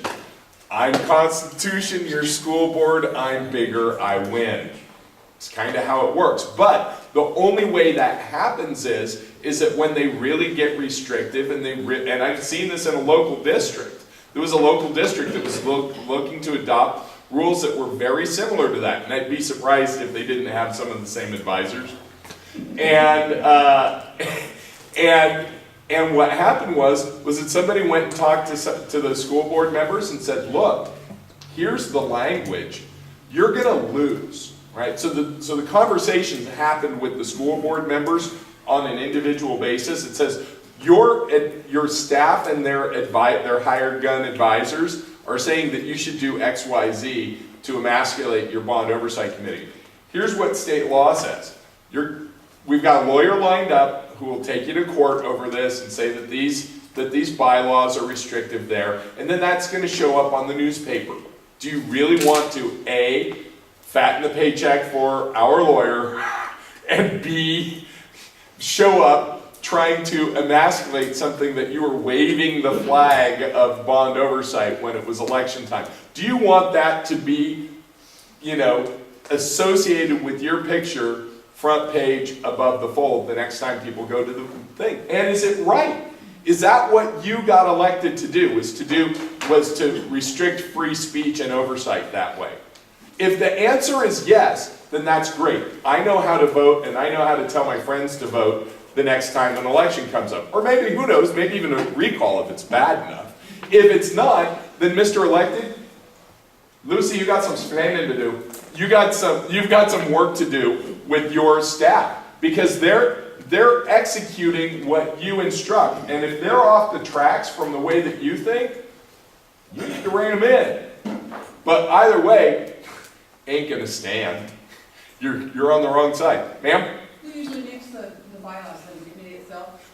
I've seen it both ways. So I've seen, and just about any time that I've seen bylaws made by a school district, that's a big red flag, because they're not even made by the district. They're made by the bond council. They're made by some advisor, usually from the municipal security side. And the thing is that they go out during the election. This bond will be strenuously overlooked by a bond oversight committee, right? Which lasts until the day after the election. And then it's shut up, go in the corner, meet once a year, and review, and here are my bylaws. Those two are not compatible with one another. And what stands in between is the law, right? But the law is only a tool. A wrench does not pick itself up and go attach itself to a car and spin and remove a bolt, right? The wrench is there as a tool. This is a big wrench. It's a powerful wrench. It's meant to preserve good things and prevent bad things. Guess what? Emasculating your oversight committee is not a defensible good thing. It's not only not in concert with this, it's not advancing any public interest, right? So it's not likely that they're going to be able to win that. And then they know, and then they tend to fold, and if they don't, then, people commit suicide all the time. What percentage of bond measures pass are Prop 39 versus? Almost all of them. I think the last thing I saw. 2/3, right? Pardon? There's hardly any 2/3. Hardly any 2/3. You see a couple of them every election cycle that come up.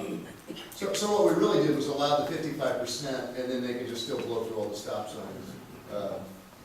They can blow through the stop sign so long as nobody calls them on it. Well, that's the difference. Well, we can call them on it, but somebody has to listen. That's kind of his point. Yeah. Well, you can call them on it, yourself. You can call them on it as a BOC. You can call them on it with a group of citizens, and then eventually you can call them on it in front of a judge, right? So there's an escalate. Like my dad used to spank me with his hand, spank me with his belt, there was this constant escalation as I got worse and worse. There was always this I never made it to the razor strap, and I had fear of it. But the point is that there was this constant level of escalation that was possible there, up to and including going to the courts for relief. That's the nuclear option, right? It's tough to do. you gotta find a lawyer, there's all this kind of stuff. But, you know, the law is on your side in most of these things. When somebody's doing something really stupid or stinky or wasteful, the law is going to be with you because the law tends to take a dim view of people wasting public funds, right? Anyway, so I got into the middle of your stuff here on project lists. I guess the way that we finish it up is that project lists are part of Prop 39. They're an important part, and they control how the money is supposed to be spent. We got way off, didn't we? It's all right. Getting the job done. I think I'm almost done. Let me just give you one, and I'll shut up. Or you want me to Yeah, take that. take this too? Just a final bow around the, sort of like, because some of this stuff is kind of abstract, but give you a concrete example, and I talked about it earlier, of how you as a bond oversight committee member can make a difference. And I mentioned this employee parking lot. And what the process was, is staff, independent of the committee knowing, had led the design contract, had led a construction contract for over almost $750,000 employee parking lot. And it went before the board of trustees, and they said, for the ratification of a construction contract, and they said, how did this happen? And our committee said, how did this happen? So the committee stepped back, we formed a subcommittee, an ad hoc subcommittee, to look at the process. And we looked at the process, and we looked at, well, the design was approved here, and it really wasn't brought to the committee's attention, really. It was, sometimes staff likes to bury things in footnotes, and so they can say they exposed it. So it's really their duty, in some ways, to tell you what's going on. But we looked at the process, then we went back and looked at the ballot language. Again, the project list. It wasn't even on the project list.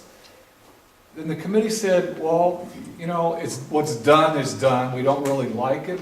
But let's tell the Board of Trustees how they ought to handle it in the future, which is partly what a bond oversight committee, if they're aggressive, can do. Yep. And we said, hey, you need to have an objective, best practice project criteria setting process for all future expenditures.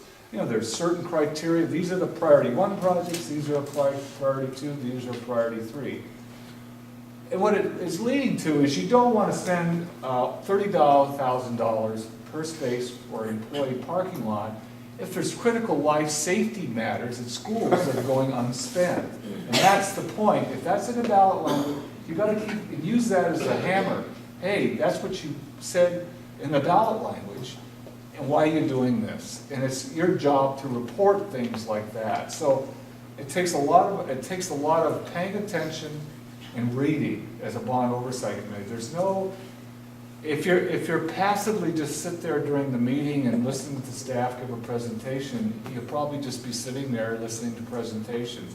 But it's asking the tough questions and doing a little extra homework, reading the bid packages or whatever the board agenda is important. The final thing I want to get on project list, and then I'll shut up on that, is as a bond oversight committee, I would absolutely insist, and I would raise hell like you wouldn't believe, you should see every single board agenda item before it goes to the board. There should be no surprises as a committee, and this is the way Sweetwater used to handle it. After the board would already act on everything, we'd hear about it. They wouldn't release the agenda till after our meeting on purpose. They would schedule the meeting before the agenda had to be released. So we didn't have any and they said, well, it's not final until Friday and you meet on Wednesday. It was a ploy to not have the committee involved, and I wouldn't put up with that crap. So anyway, All right. okay. Nick, thank you for your time. Thank you, sir.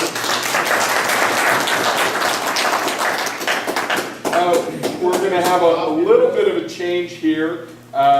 We had somebody that was, well, I have I have a 6-year-old, a 4-year-old, and a 3-year-old at home. We have 3 kids. So I am well aware of what the little germ breeder petri dish running around toddlers are like. So somebody who was going to be here to help us with going over financial audits today was unable to do so, but we have an excellent pinch hitter in Janine Kloss. Janine Kloss is on the board of CaLBOC, and she also spent how many years as an auditor? Too many. Too many years as an auditor with the State Department of Education, looking at hundreds, if not thousands, of school district audits. So for word on financial audits, Janine Kloss.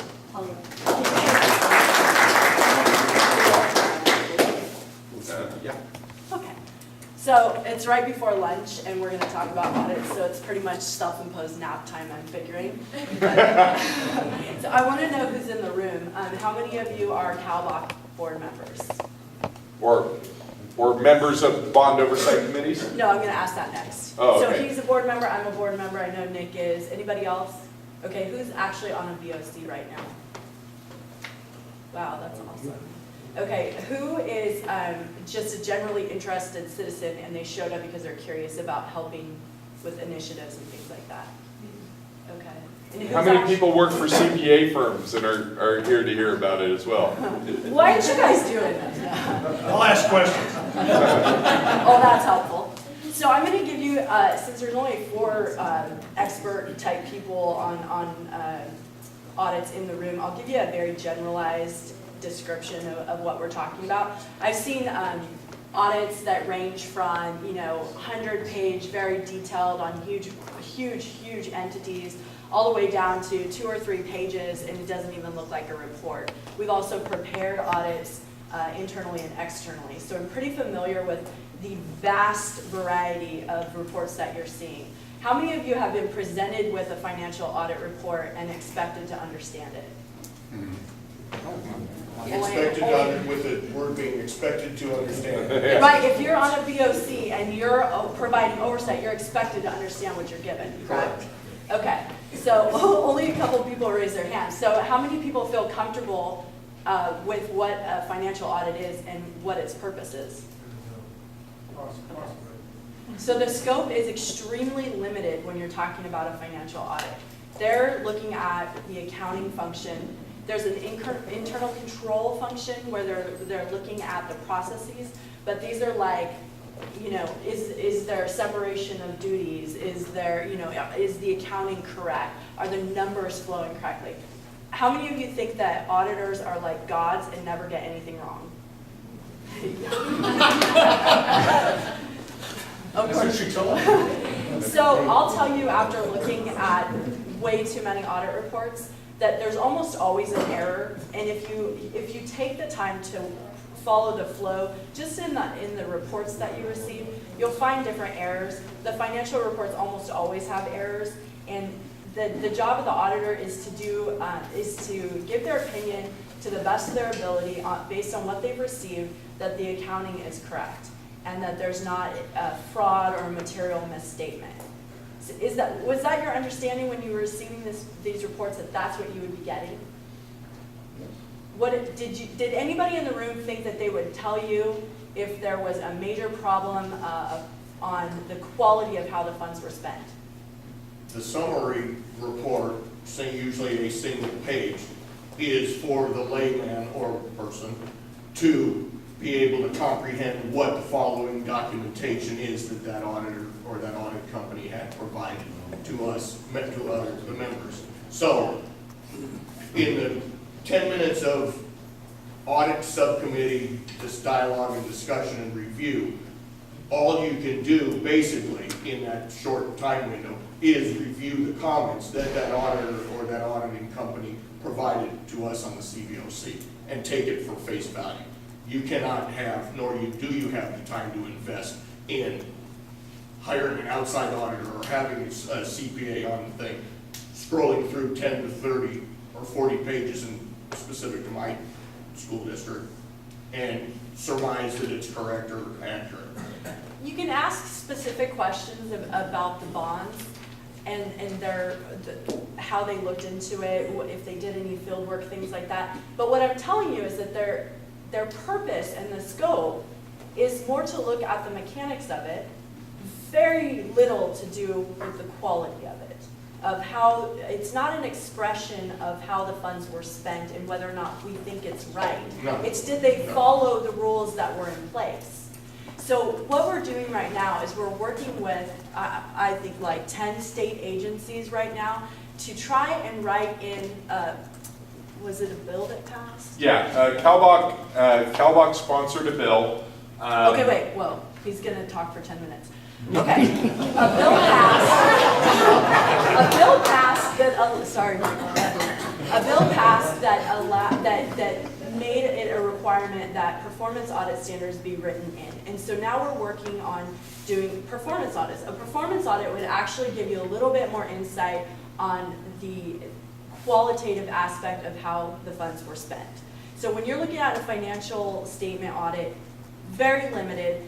Depending on the size of the school district, you could actually have a situation where the auditors both prepared the financial statements and audited them. I've seen that a lot.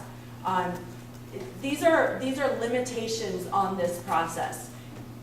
It's not an end-all be-all, and we're working right now with CaLBOC to develop a list of questions that you should ask or at least investigate when you receive reports. But honestly, financial audits aren't going to tell you whether or not they're, doing the right thing. So here's something from another site that came up. Financial audits seek to express an independent opinion on the truth and fairness of an organization's financial accounts. It's like saying, okay, I've looked at your checkbook and I say that every check that's in here is accurately that you wrote is accurately represented in your checkbook. It does not say whether those checks were written on something good. Yes, I went to Gold Club Centerfolds and watched a bunch of strippers, $375, okay? And it was that check written and is it accurately represented? Yes, it was. Was it a good idea? No. Are you suggesting that financial audit corporations should be endowed or take the onus of responsibility to provide performance audits? If they can't, well, under Prop 39, both performance audits and Performance financial. audits are the means and methods of construction, design, and delivery. Financial audits are to determine whether the costs met the budget that was allocated, or whether it ran over, or there was misspent. Here are the three E's. Yeah, they're separate animals. A performance audit is effectiveness, efficiency, and economy. And then what I brought this up was that all they're checking here, it's very narrow, as Janine was saying. It's basically checking the checkbook. Did the dollars go where they were supposed to? You're doing some field work and you're checking and make sure that this invoice matches that check. That's all it is. It's nothing about how well it was spent, right? It's only about this. And we'll get to performance audits in a moment, but in the back, please. They don't look at every check, they take a sample. Yeah, they take a sample, right? And it's to the best of their ability, they're expressing opinion to the best of their ability based on what they've looked at, which isn't 100%. It is a sample typically, and it's very limited. I would not use a financial audit to test the health of an organization, ever. Can you talk about findings and things that lay people should be looking at? I was gonna get to that. Thank you. If he just had a bug in my ear and he could just tell me what to say, that would be so much easier. So you'll see a couple things. I didn't catch your name. What's your name? Yes. Robert.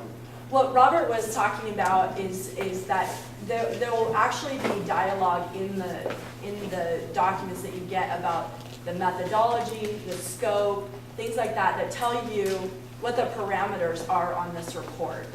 And it's very limited, like I said. You'll also see footnotes. That'll be in the financial statement portion, and in the footnotes is typically where the good stuff is hidden. So you can trace all the numbers and everything throughout the financial statements, but if there's anything really juicy, it's typically in the footnotes. I know they're trying to change the standards a little bit to bring more light to those issues, but typically that's where they're hidden.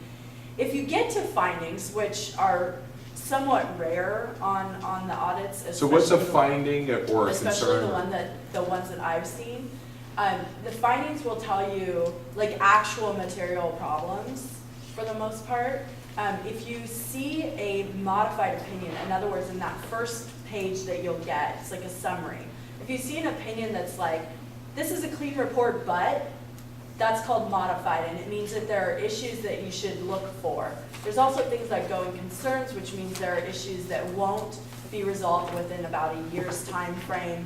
And then if you get to the point of fraud, which I've never seen in a report, that's actually a really big step for an auditor to actually point towards fraud, and they'll typically turn it over to an investigative body before it gets to that point. So you should look for an opinion right away. If it's qualified, you know there's some issues. And again, all of this is just within the parameters of how they've done their reporting. Have they done their checkbook correctly? Even if there's findings, it's usually very minimal, and they'll try to hide it in the notes. And this isn't because auditors are bad. We have a set of standards. There are loopholes just like in anything else. And a lot of what it is that when you're an audit firm, you're working for a client.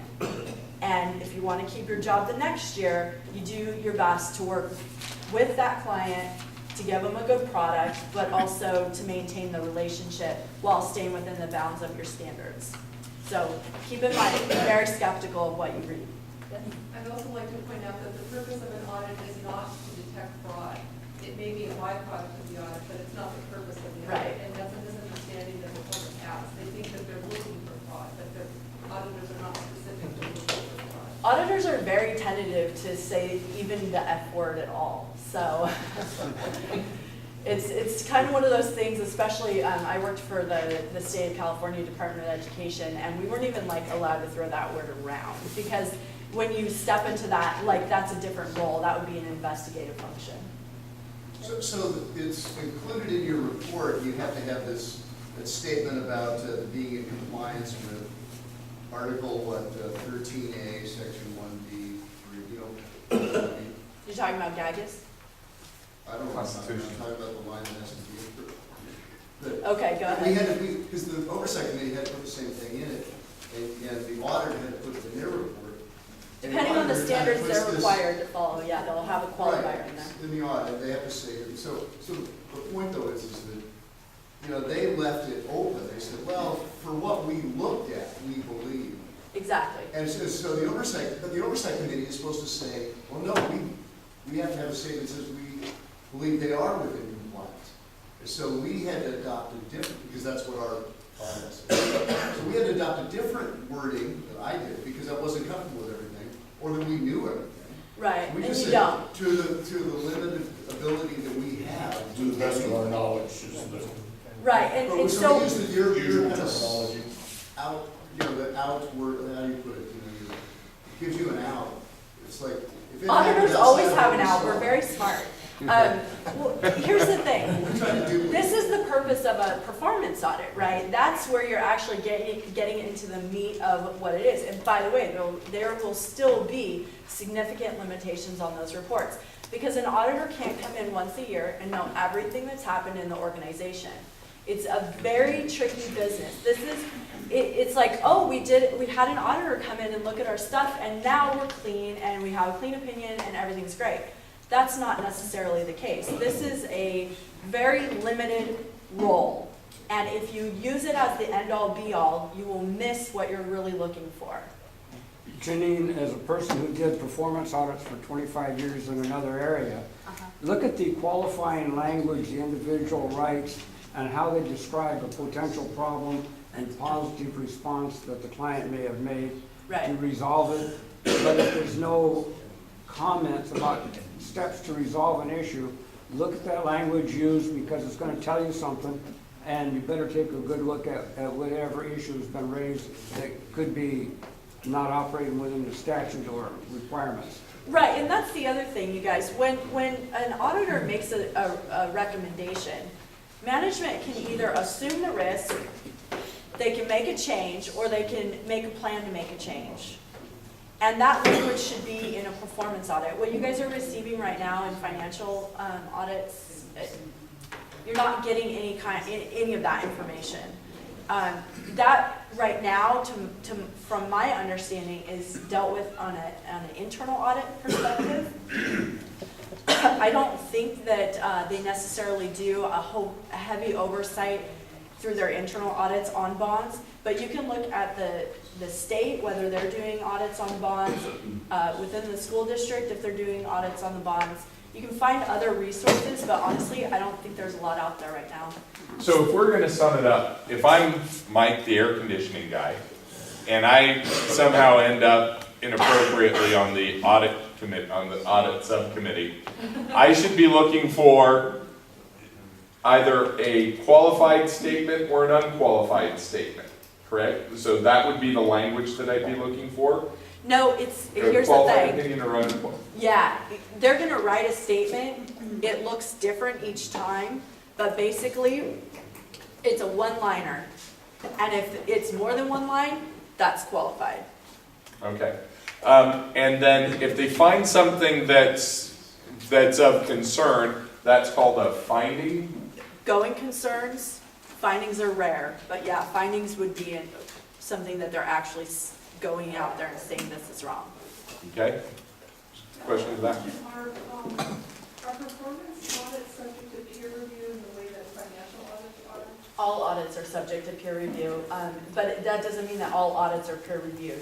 Right. If you're in the audit capacity, you have a requirement, a certain number of your audits will be reviewed by peers. If you're talking about a firm, I don't know, it depends on the size of the firm, where they're at in the year. They're not all peer reviewed. I'll tell you that our internal process was that we peer reviewed all of our audits that were prepared. And I did a lot of that work, and honestly, there's a lot of errors even when they go out the door. Do bond oversight committees normally get, well, who hired the auditor would be the school district, but the past relationship with the particular auditor. In other words, does that auditor work for them for 15 years doing audits and is... Well, Sarbanes-Oxley sort of changed that. Yeah, I mean, Sarbanes-Oxley changed that, but not so much in this realm. They're supposed to change out their auditors periodically. Every 6 years. What? No more than 6 years, it's the same audit firm. Okay, so I actually went to the, like I said, we were working with this group to write performance audits, and a lot of the audit firms that do these audits were in the room. They were the predominant voice in the room. And I threw it out there, hey, why don't you guys check with the BOCs when you're doing your preliminary work? And they're like, they're not our clients, we're hired by the districts, we only meet with the districts. I said, well, they're your guaranteed source of the, dirty stuff that's going on. If I was doing an audit and I really wanted to do a quality performance audit, I would go find out where the bodies are buried, and then I would know sort of where to look. When you're crafting an audit, that would be the logical way to go in my mind. But they were very hesitant to even talk to the BOCs prior to conducting an audit. A little background on this. The law that was passed, there's been a sort of a paint by numbers guideline for how to do financial audits for a number of years.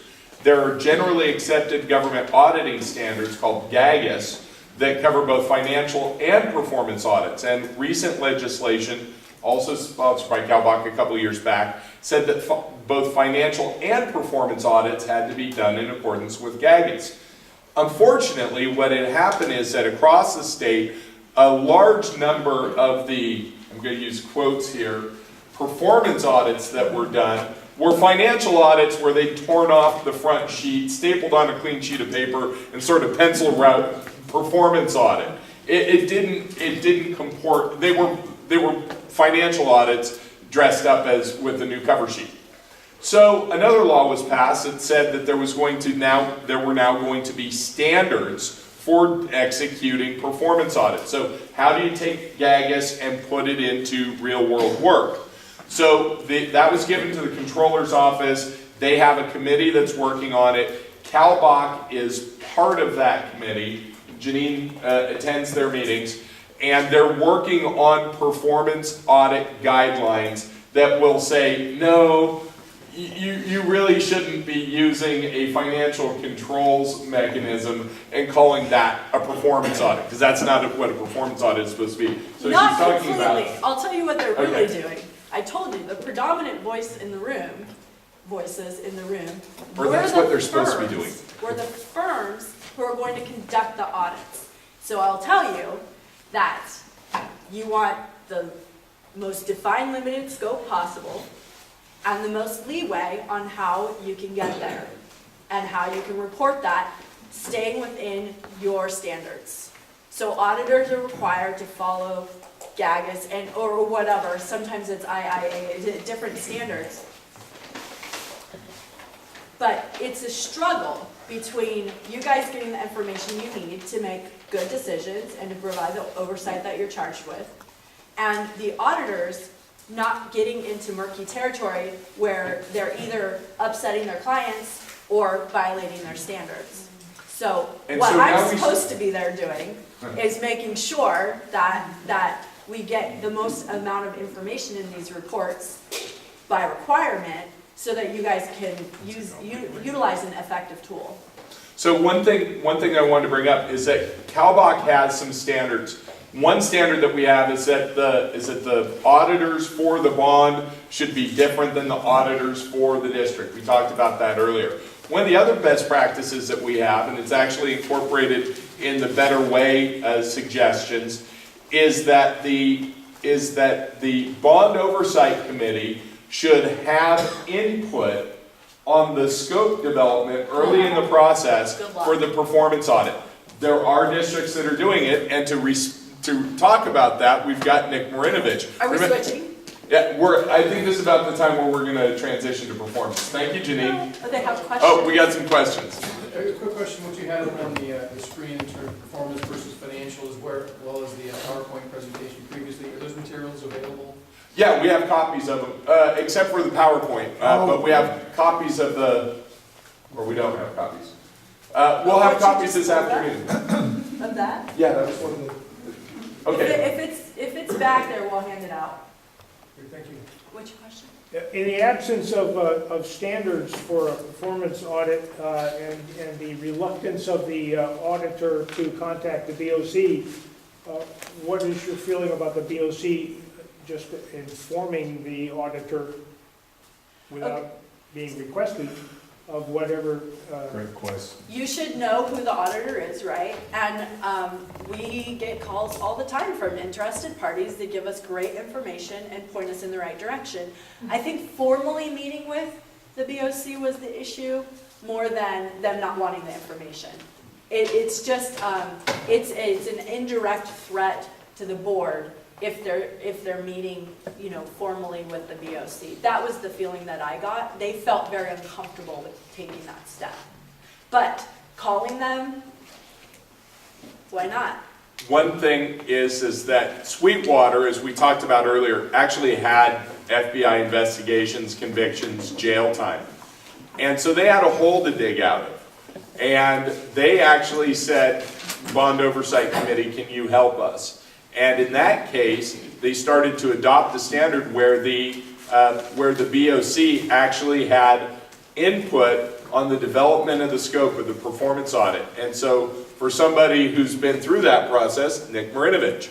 Well, you just said what I was going to say. What am I supposed to- I mean, the scope of work was developed by the Bond Oversight Committee and given to the auditor.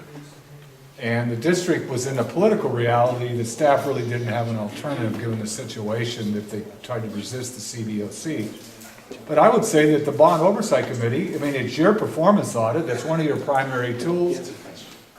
I wouldn't give a damn what the district said. You submit what you think the scope of work is to the district. If they don't accept it, then you go either during the bond chair report during the meeting, or you go during on-agenda public comment and say, by the way, this is what we wanted to do, and staff said no. I mean, you have to be aggressive, especially the performance audit, again, is your tool to do your primary, it's your primary legal tool to do your job. And I would say, this district does it, why can't your district, say, hey, they do it, why not us? We had a question in the back. Question relates to the performance audit and also the little bit of what you're talking about. When you have, do you have, the council for the district maybe kind of judge and jury about whether something's permittable or not? We found that like we'd ask questions, they'd say, well, we went to council and they believe that this is allowable. Does that happen in the performance audit? All of a sudden you're kind of, an attorney can carve you right out because they think of themselves as the smartest guy in the room. The auditors are under contract to the districts.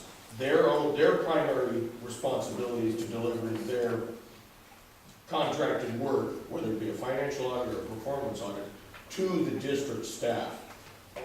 It is difficult, as Mr. Marinovich was saying, to interject as public citizens or representatives of the public to that district to bypass that route. Typically, the oversight committee members receive it after it's been through and perhaps fine-tuned through district staff before it is typically presented to the oversight committee levels.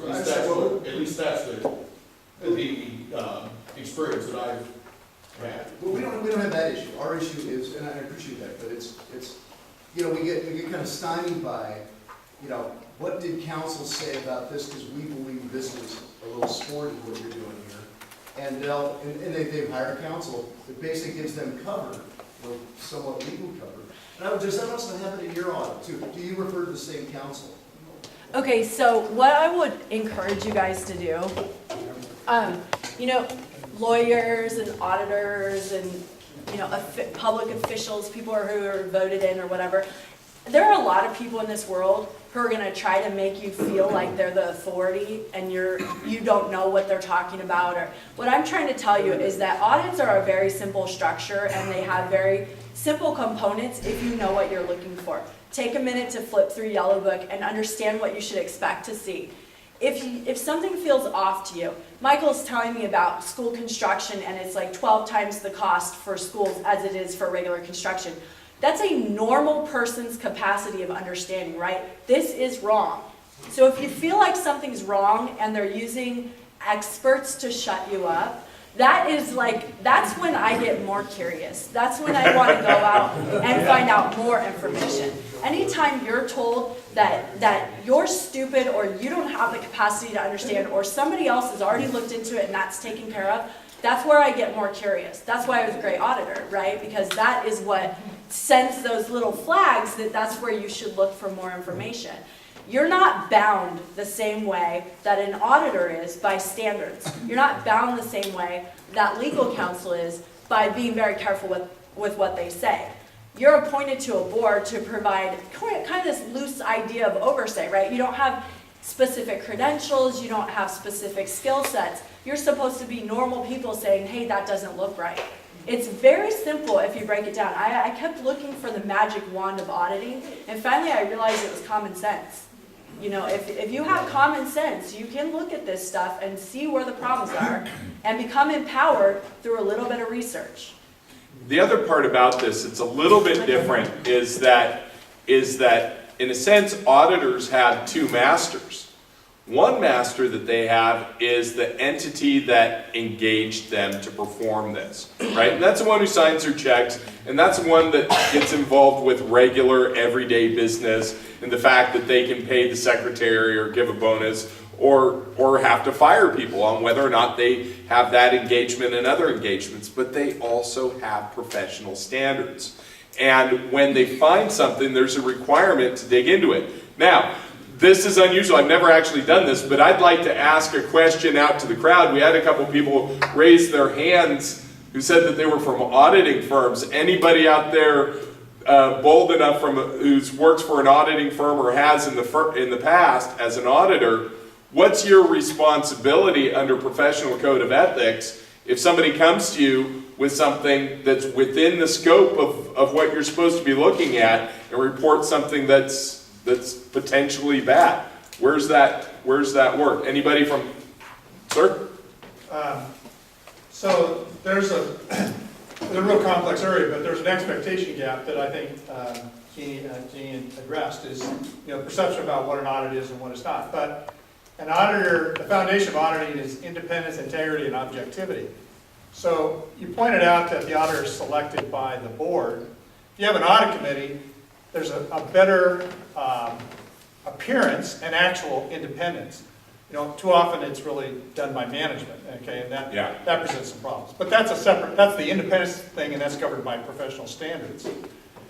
If I'm doing a performance audit, anything that comes to my attention that appears to be illegal, improper, I'm required to follow up on as part of my audit process.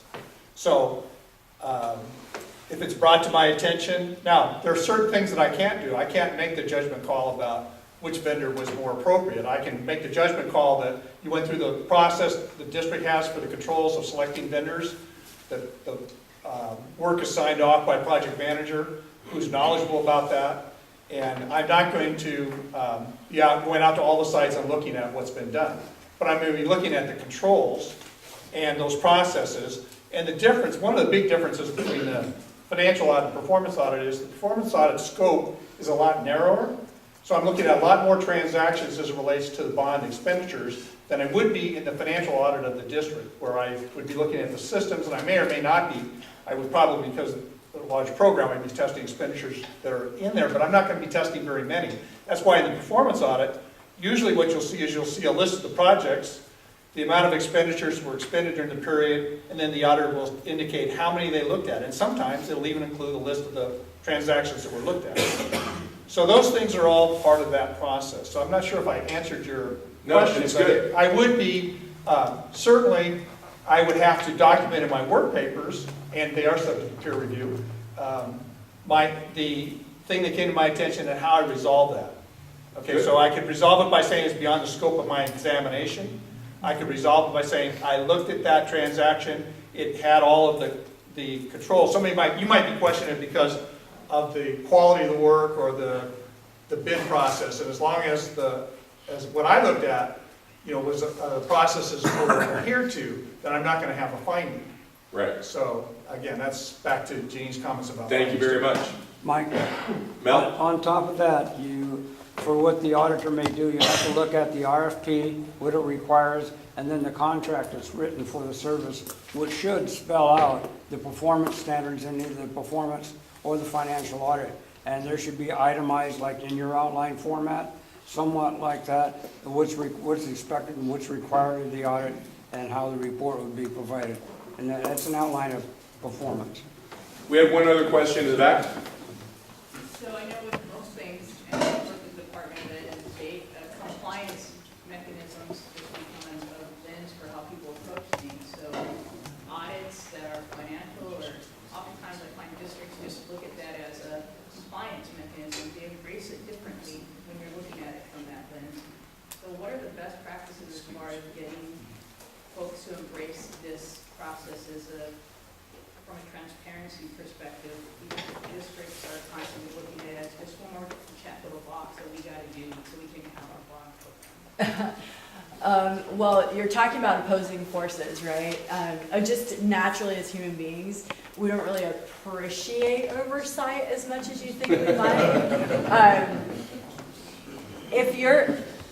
What I urge you to do is to look at this as a very small part of what you use to form your overall opinion.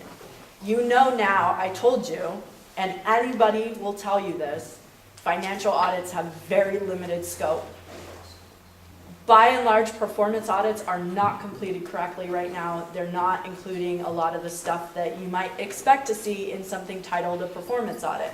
So don't use these tools as your end-all be-all. If you get a clean audit report, oh, check, we're done.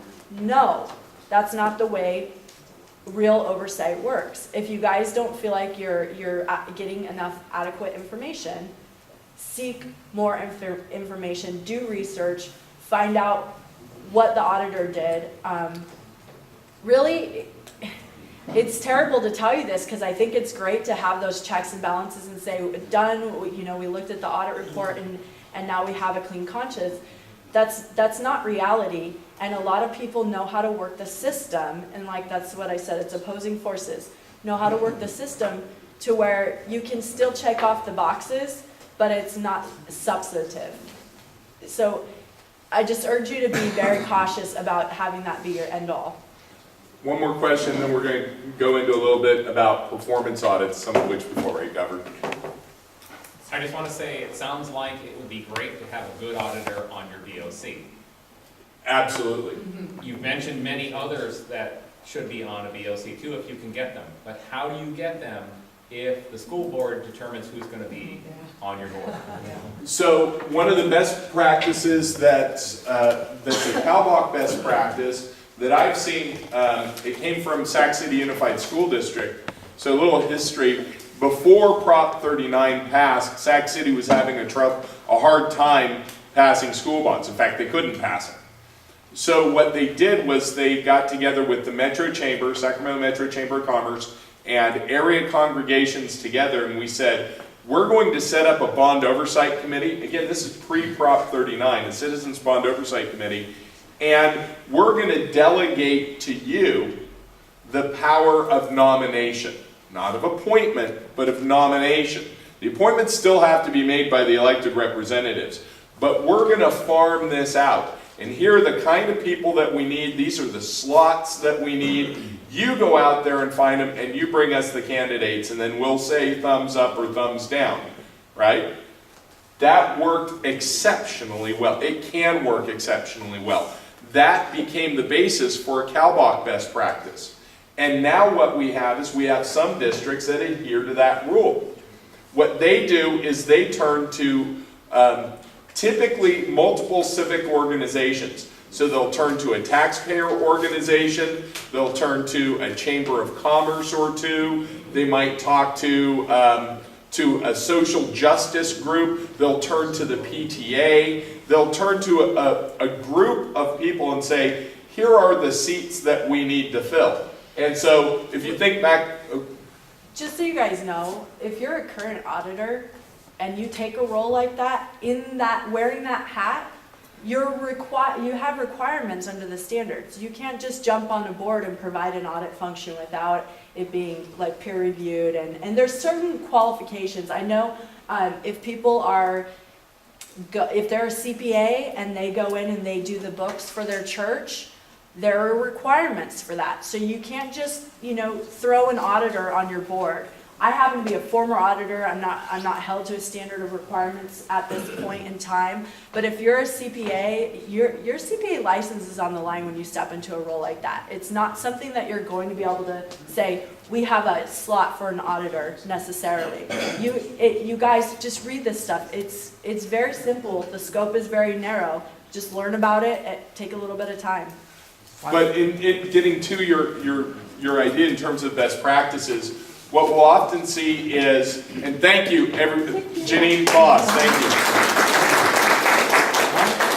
What we'll see is that with the designated seats, you find an organization that's like that, that's an actual organization that takes an active interest, that's good in your community, and you say, can you guys help with this? So you approach the senior league and say, we have a slot for a senior on here. By the way, senior league, these are the capabilities that we're really looking for. Do you know anybody who's an ex-construction manager that can look at these change orders? Do you know somebody who used to be an auditor or CPA?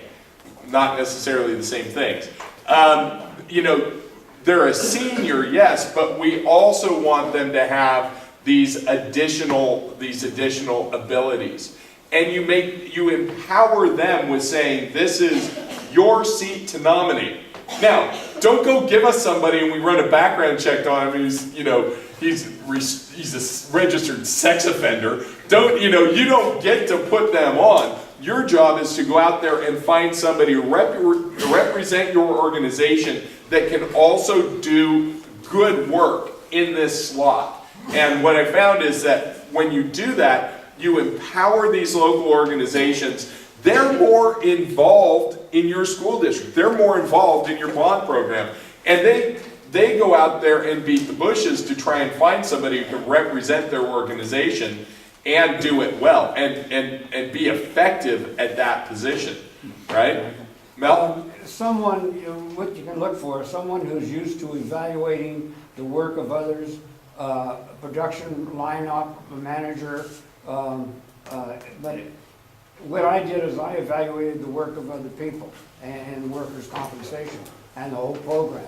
But if you find someone who did that type of work, but anybody that was used to evaluating something, as you described, all these areas, if you get somebody, could be a carpenter for life, but he's been evaluating all these buildings subconsciously, and he can look at things and identify things that may not be right.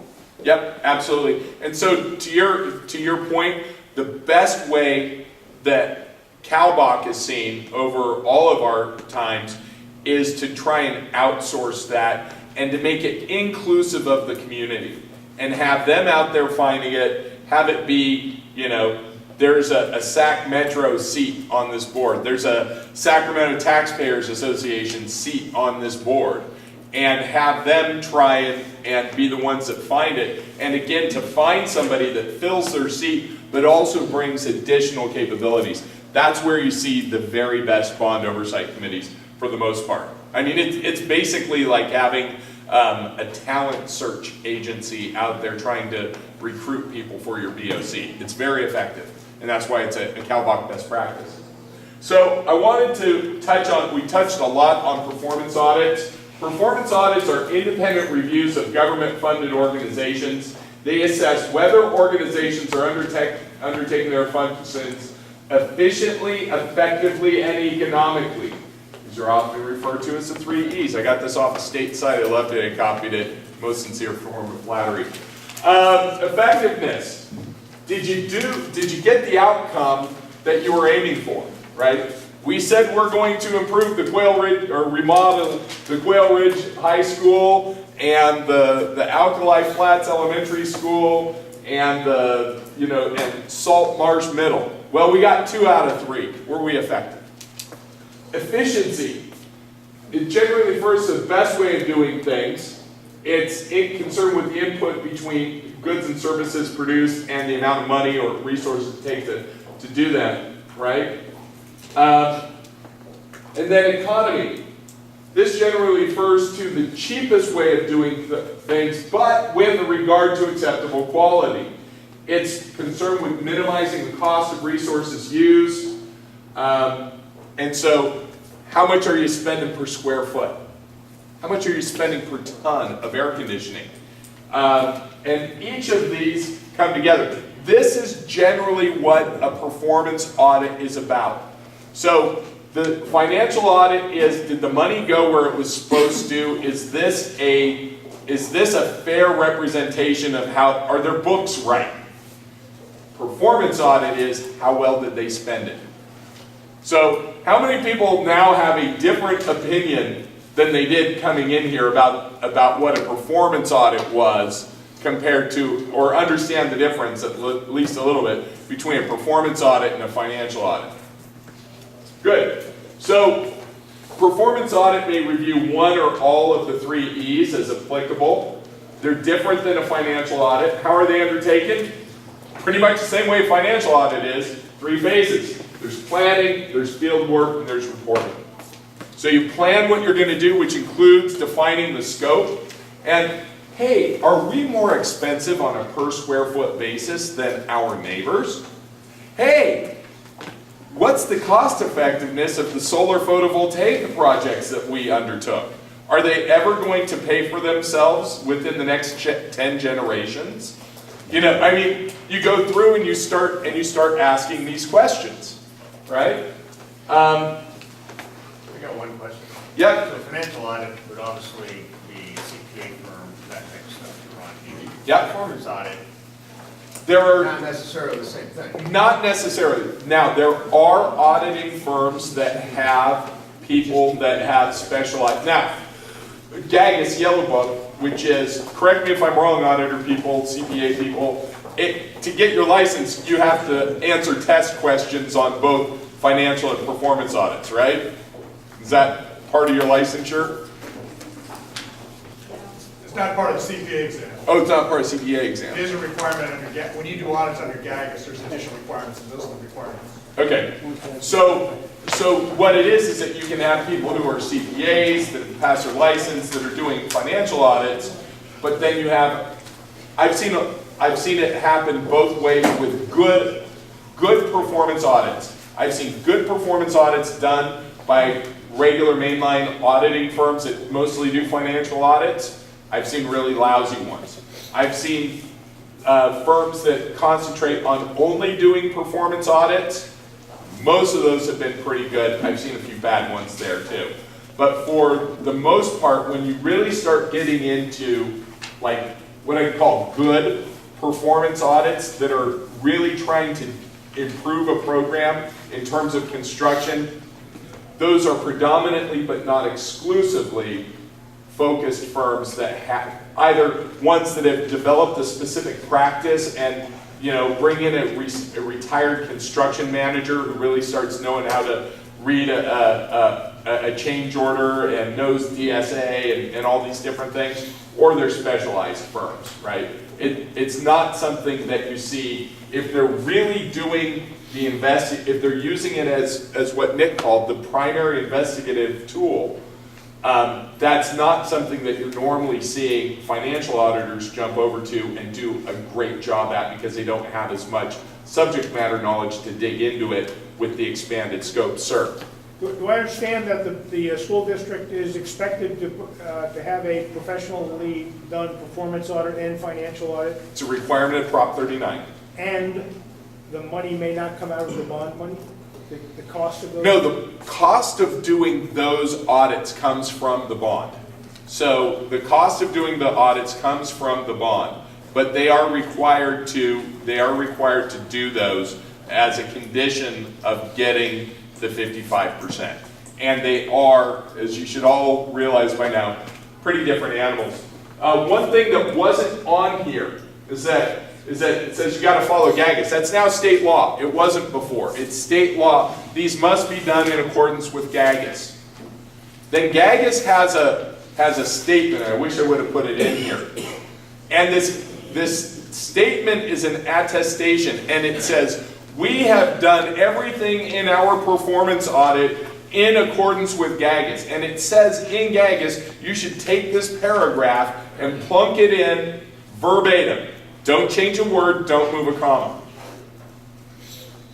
They either do that or they don't. So sometimes they do less than really a performance audit and it's agreed upon procedures and it's not quite up to this statement. It's a really easy thing to check. You've either got the GAGAS statement in there, copied and pasted from GAGAS without any changes, or you have something less than that. If you have something less than that, I've been told, and maybe I've been told this by interested parties that were more interested in getting up their competitors in trouble, but if you don't have that, it's not a GAGAS audit. If you haven't put your licensure and your firm on the line by copying and pasting that in there and testing it, then it's not GAGAS. And now under California state law, it has to be GAGAS. So to me that says if it's a performance audit, it has to have the GAGAS thing in there. Ma'am, and then Nick. If a district does a performance audit and you as a school board member don't know if it's really valid, can you do an independent one? It's always possible to bring in peer review to take a look at this. Really, I'm not sure what that mechanism would be. The big thing is, and the best practice that we promote, is getting your bond oversight committee involved in the development of the scope.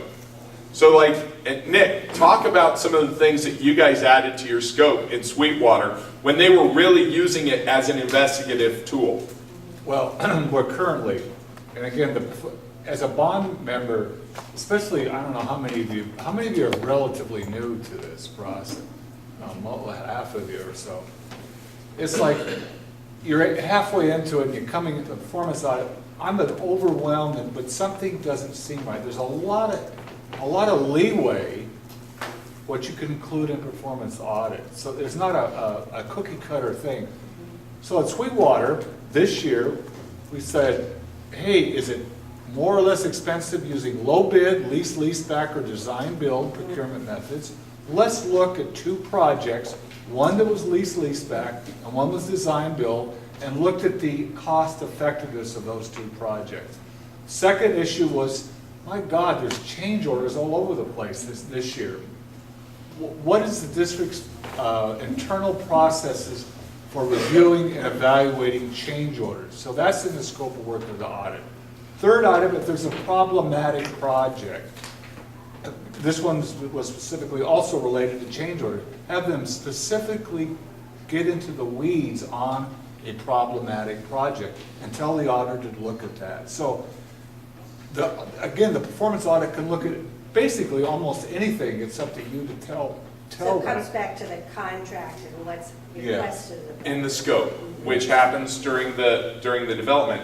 And again, this is where, you know, if you want to look at how your bonds were sold and whether they were done in a cost-effective method, you might be looking for a performance auditor with experience in municipal finance. If you're looking at whether your construction costs are too high, you'd want a performance auditor with at least somebody on their staff who'd be involved in this project who has specific experience in looking at contracting costs. But again, I wish I had it up here, but there's a required statement under GAGAS, and it says you must have this in there verbatim. Oh, I'm sorry, I thought you were raising your hand. So we generally covered pretty much everything that was, oh, there was one last one, I'm sorry. I've got 10 minutes left before I go overboard here. And this is something that's come up a lot recently.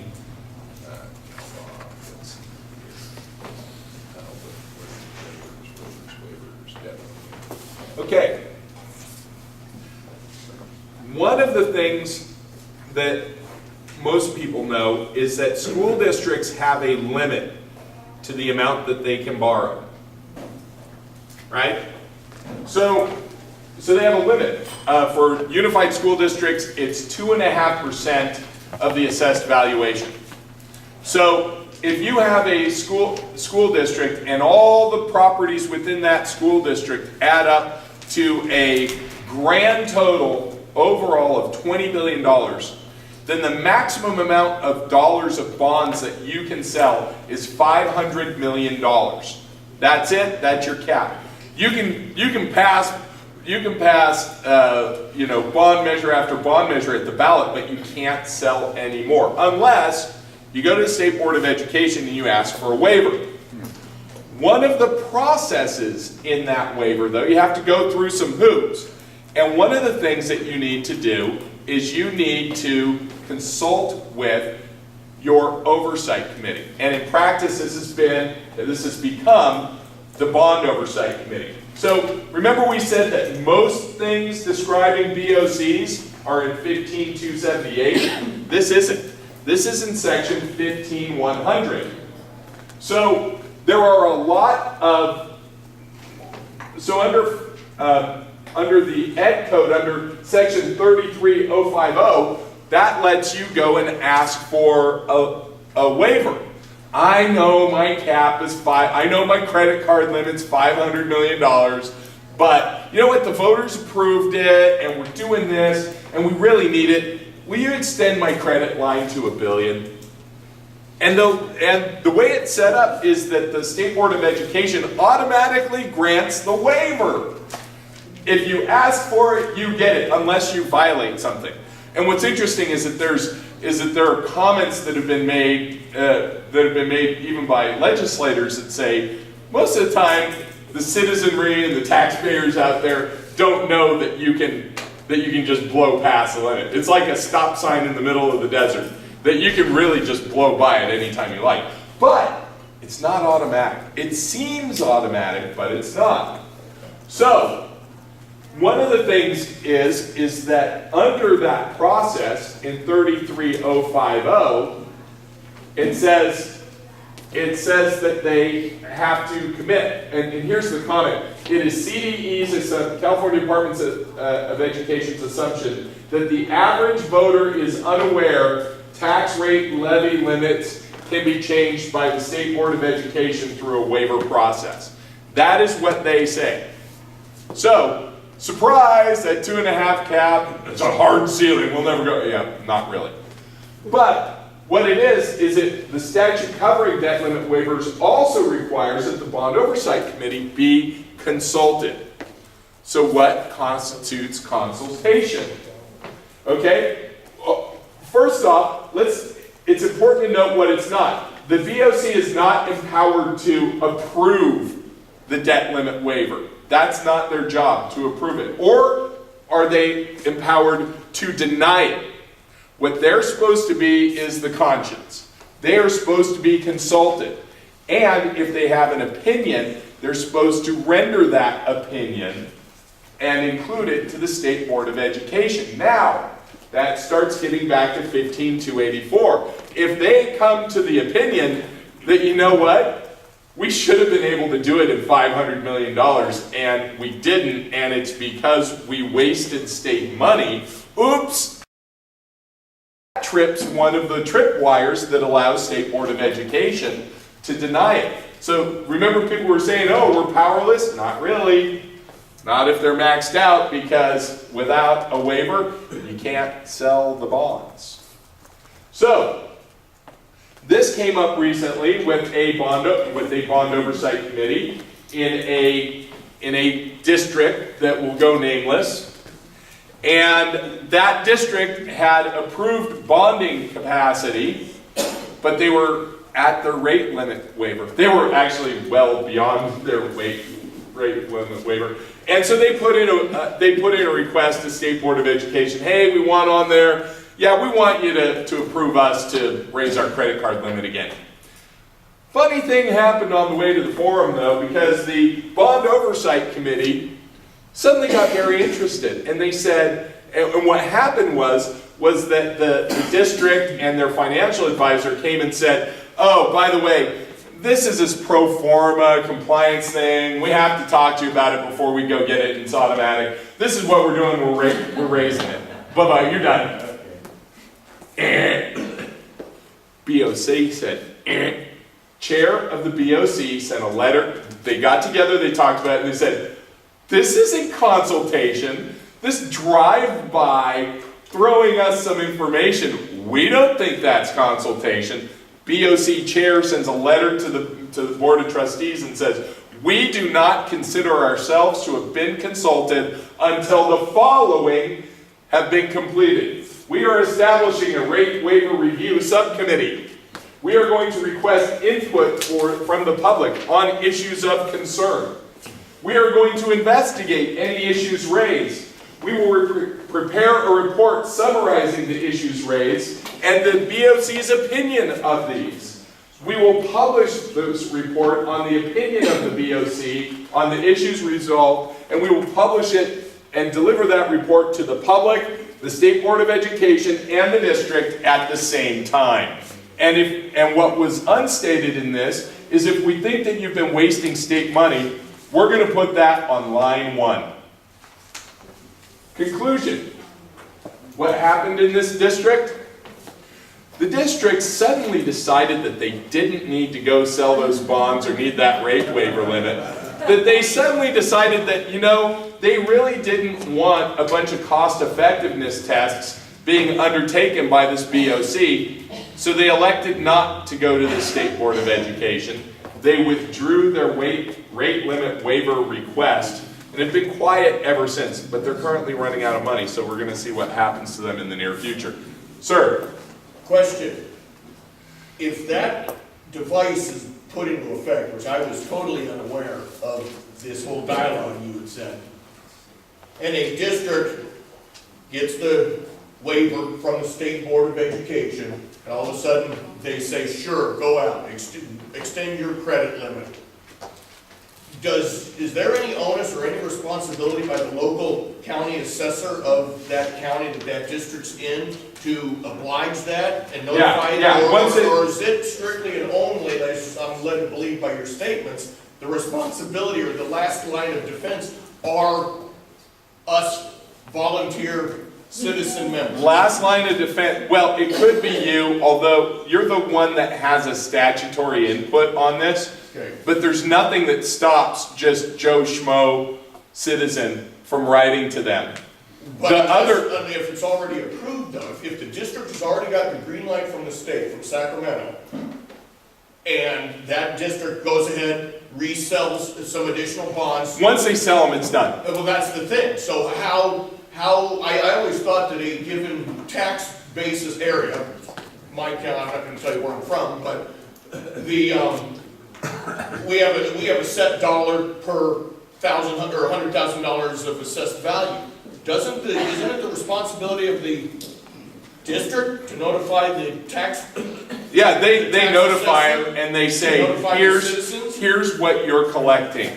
Have a nice day. Really? So it's Yeah, it's ministerial.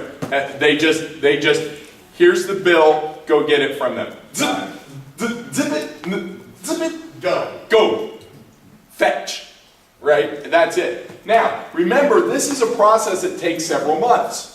So you have to get on the agenda, you have to prepare your paperwork, you have to submit it. So what if a citizen comes in and says there's waste? Ooh, waste is one of those tripwire things. There are only a couple of reasons that State Board of Education can say, no, we're not granting you your waiver request. Guess what one of them is? Wasting state dollars. So if there are state matching funds that are being used or have been used in the past, and somebody comes along and says, there was waste, they might not deny it, but they'll probably delay it to look into it. Oh, well, let's see here. Waste? You mean like a 1584 school bond waste prevention action? Oh, there's a 15284 that's been filed. But are you suggesting that if you were to enact that 15284, that's really your spanner to throw in the proverbial cogs? That's it. A 15284. And again, don't try it unless it's real. But if you've got a real issue, if you've got real waste, throw a 15284 in there. If there's an element of waste and it can be tied to state matching funds, that's reason for the State Board of Education to go, Okay. It's also a great place. If you don't do that, and as your CBOC meets and then our speaker presents our monthly report to our governing board, and we say, we determined that request by the district for X amount of dollars to increase is not a wise move. So once you do that, once you do your, okay, there's a process. Remember, there are two things here. There's process, and we're just getting to the last, but it's lucky because it's near the end. There's a process. You can do a process foul here. If you don't talk to the BOC, or if the BOC says, we need this information to be consulted, and you don't do that, then you get shot down based on not following process. You didn't consult your bond oversight committee, you're out. Come back after you have, right? So that's number one. Or if you go through this process and the BOC says, yeah, we looked at it and they wasted money like a drunk sailor with a crack habit. If they include that in their report and that goes to State Board of Education, Lucy has some explaining to do. Because one of the reasons that, there are only like 7 reasons why State Board can shut it down. And one of the ones that they could say, no, we're not raising your credit limit, is if there's ever any evidence of there having been waste in the past.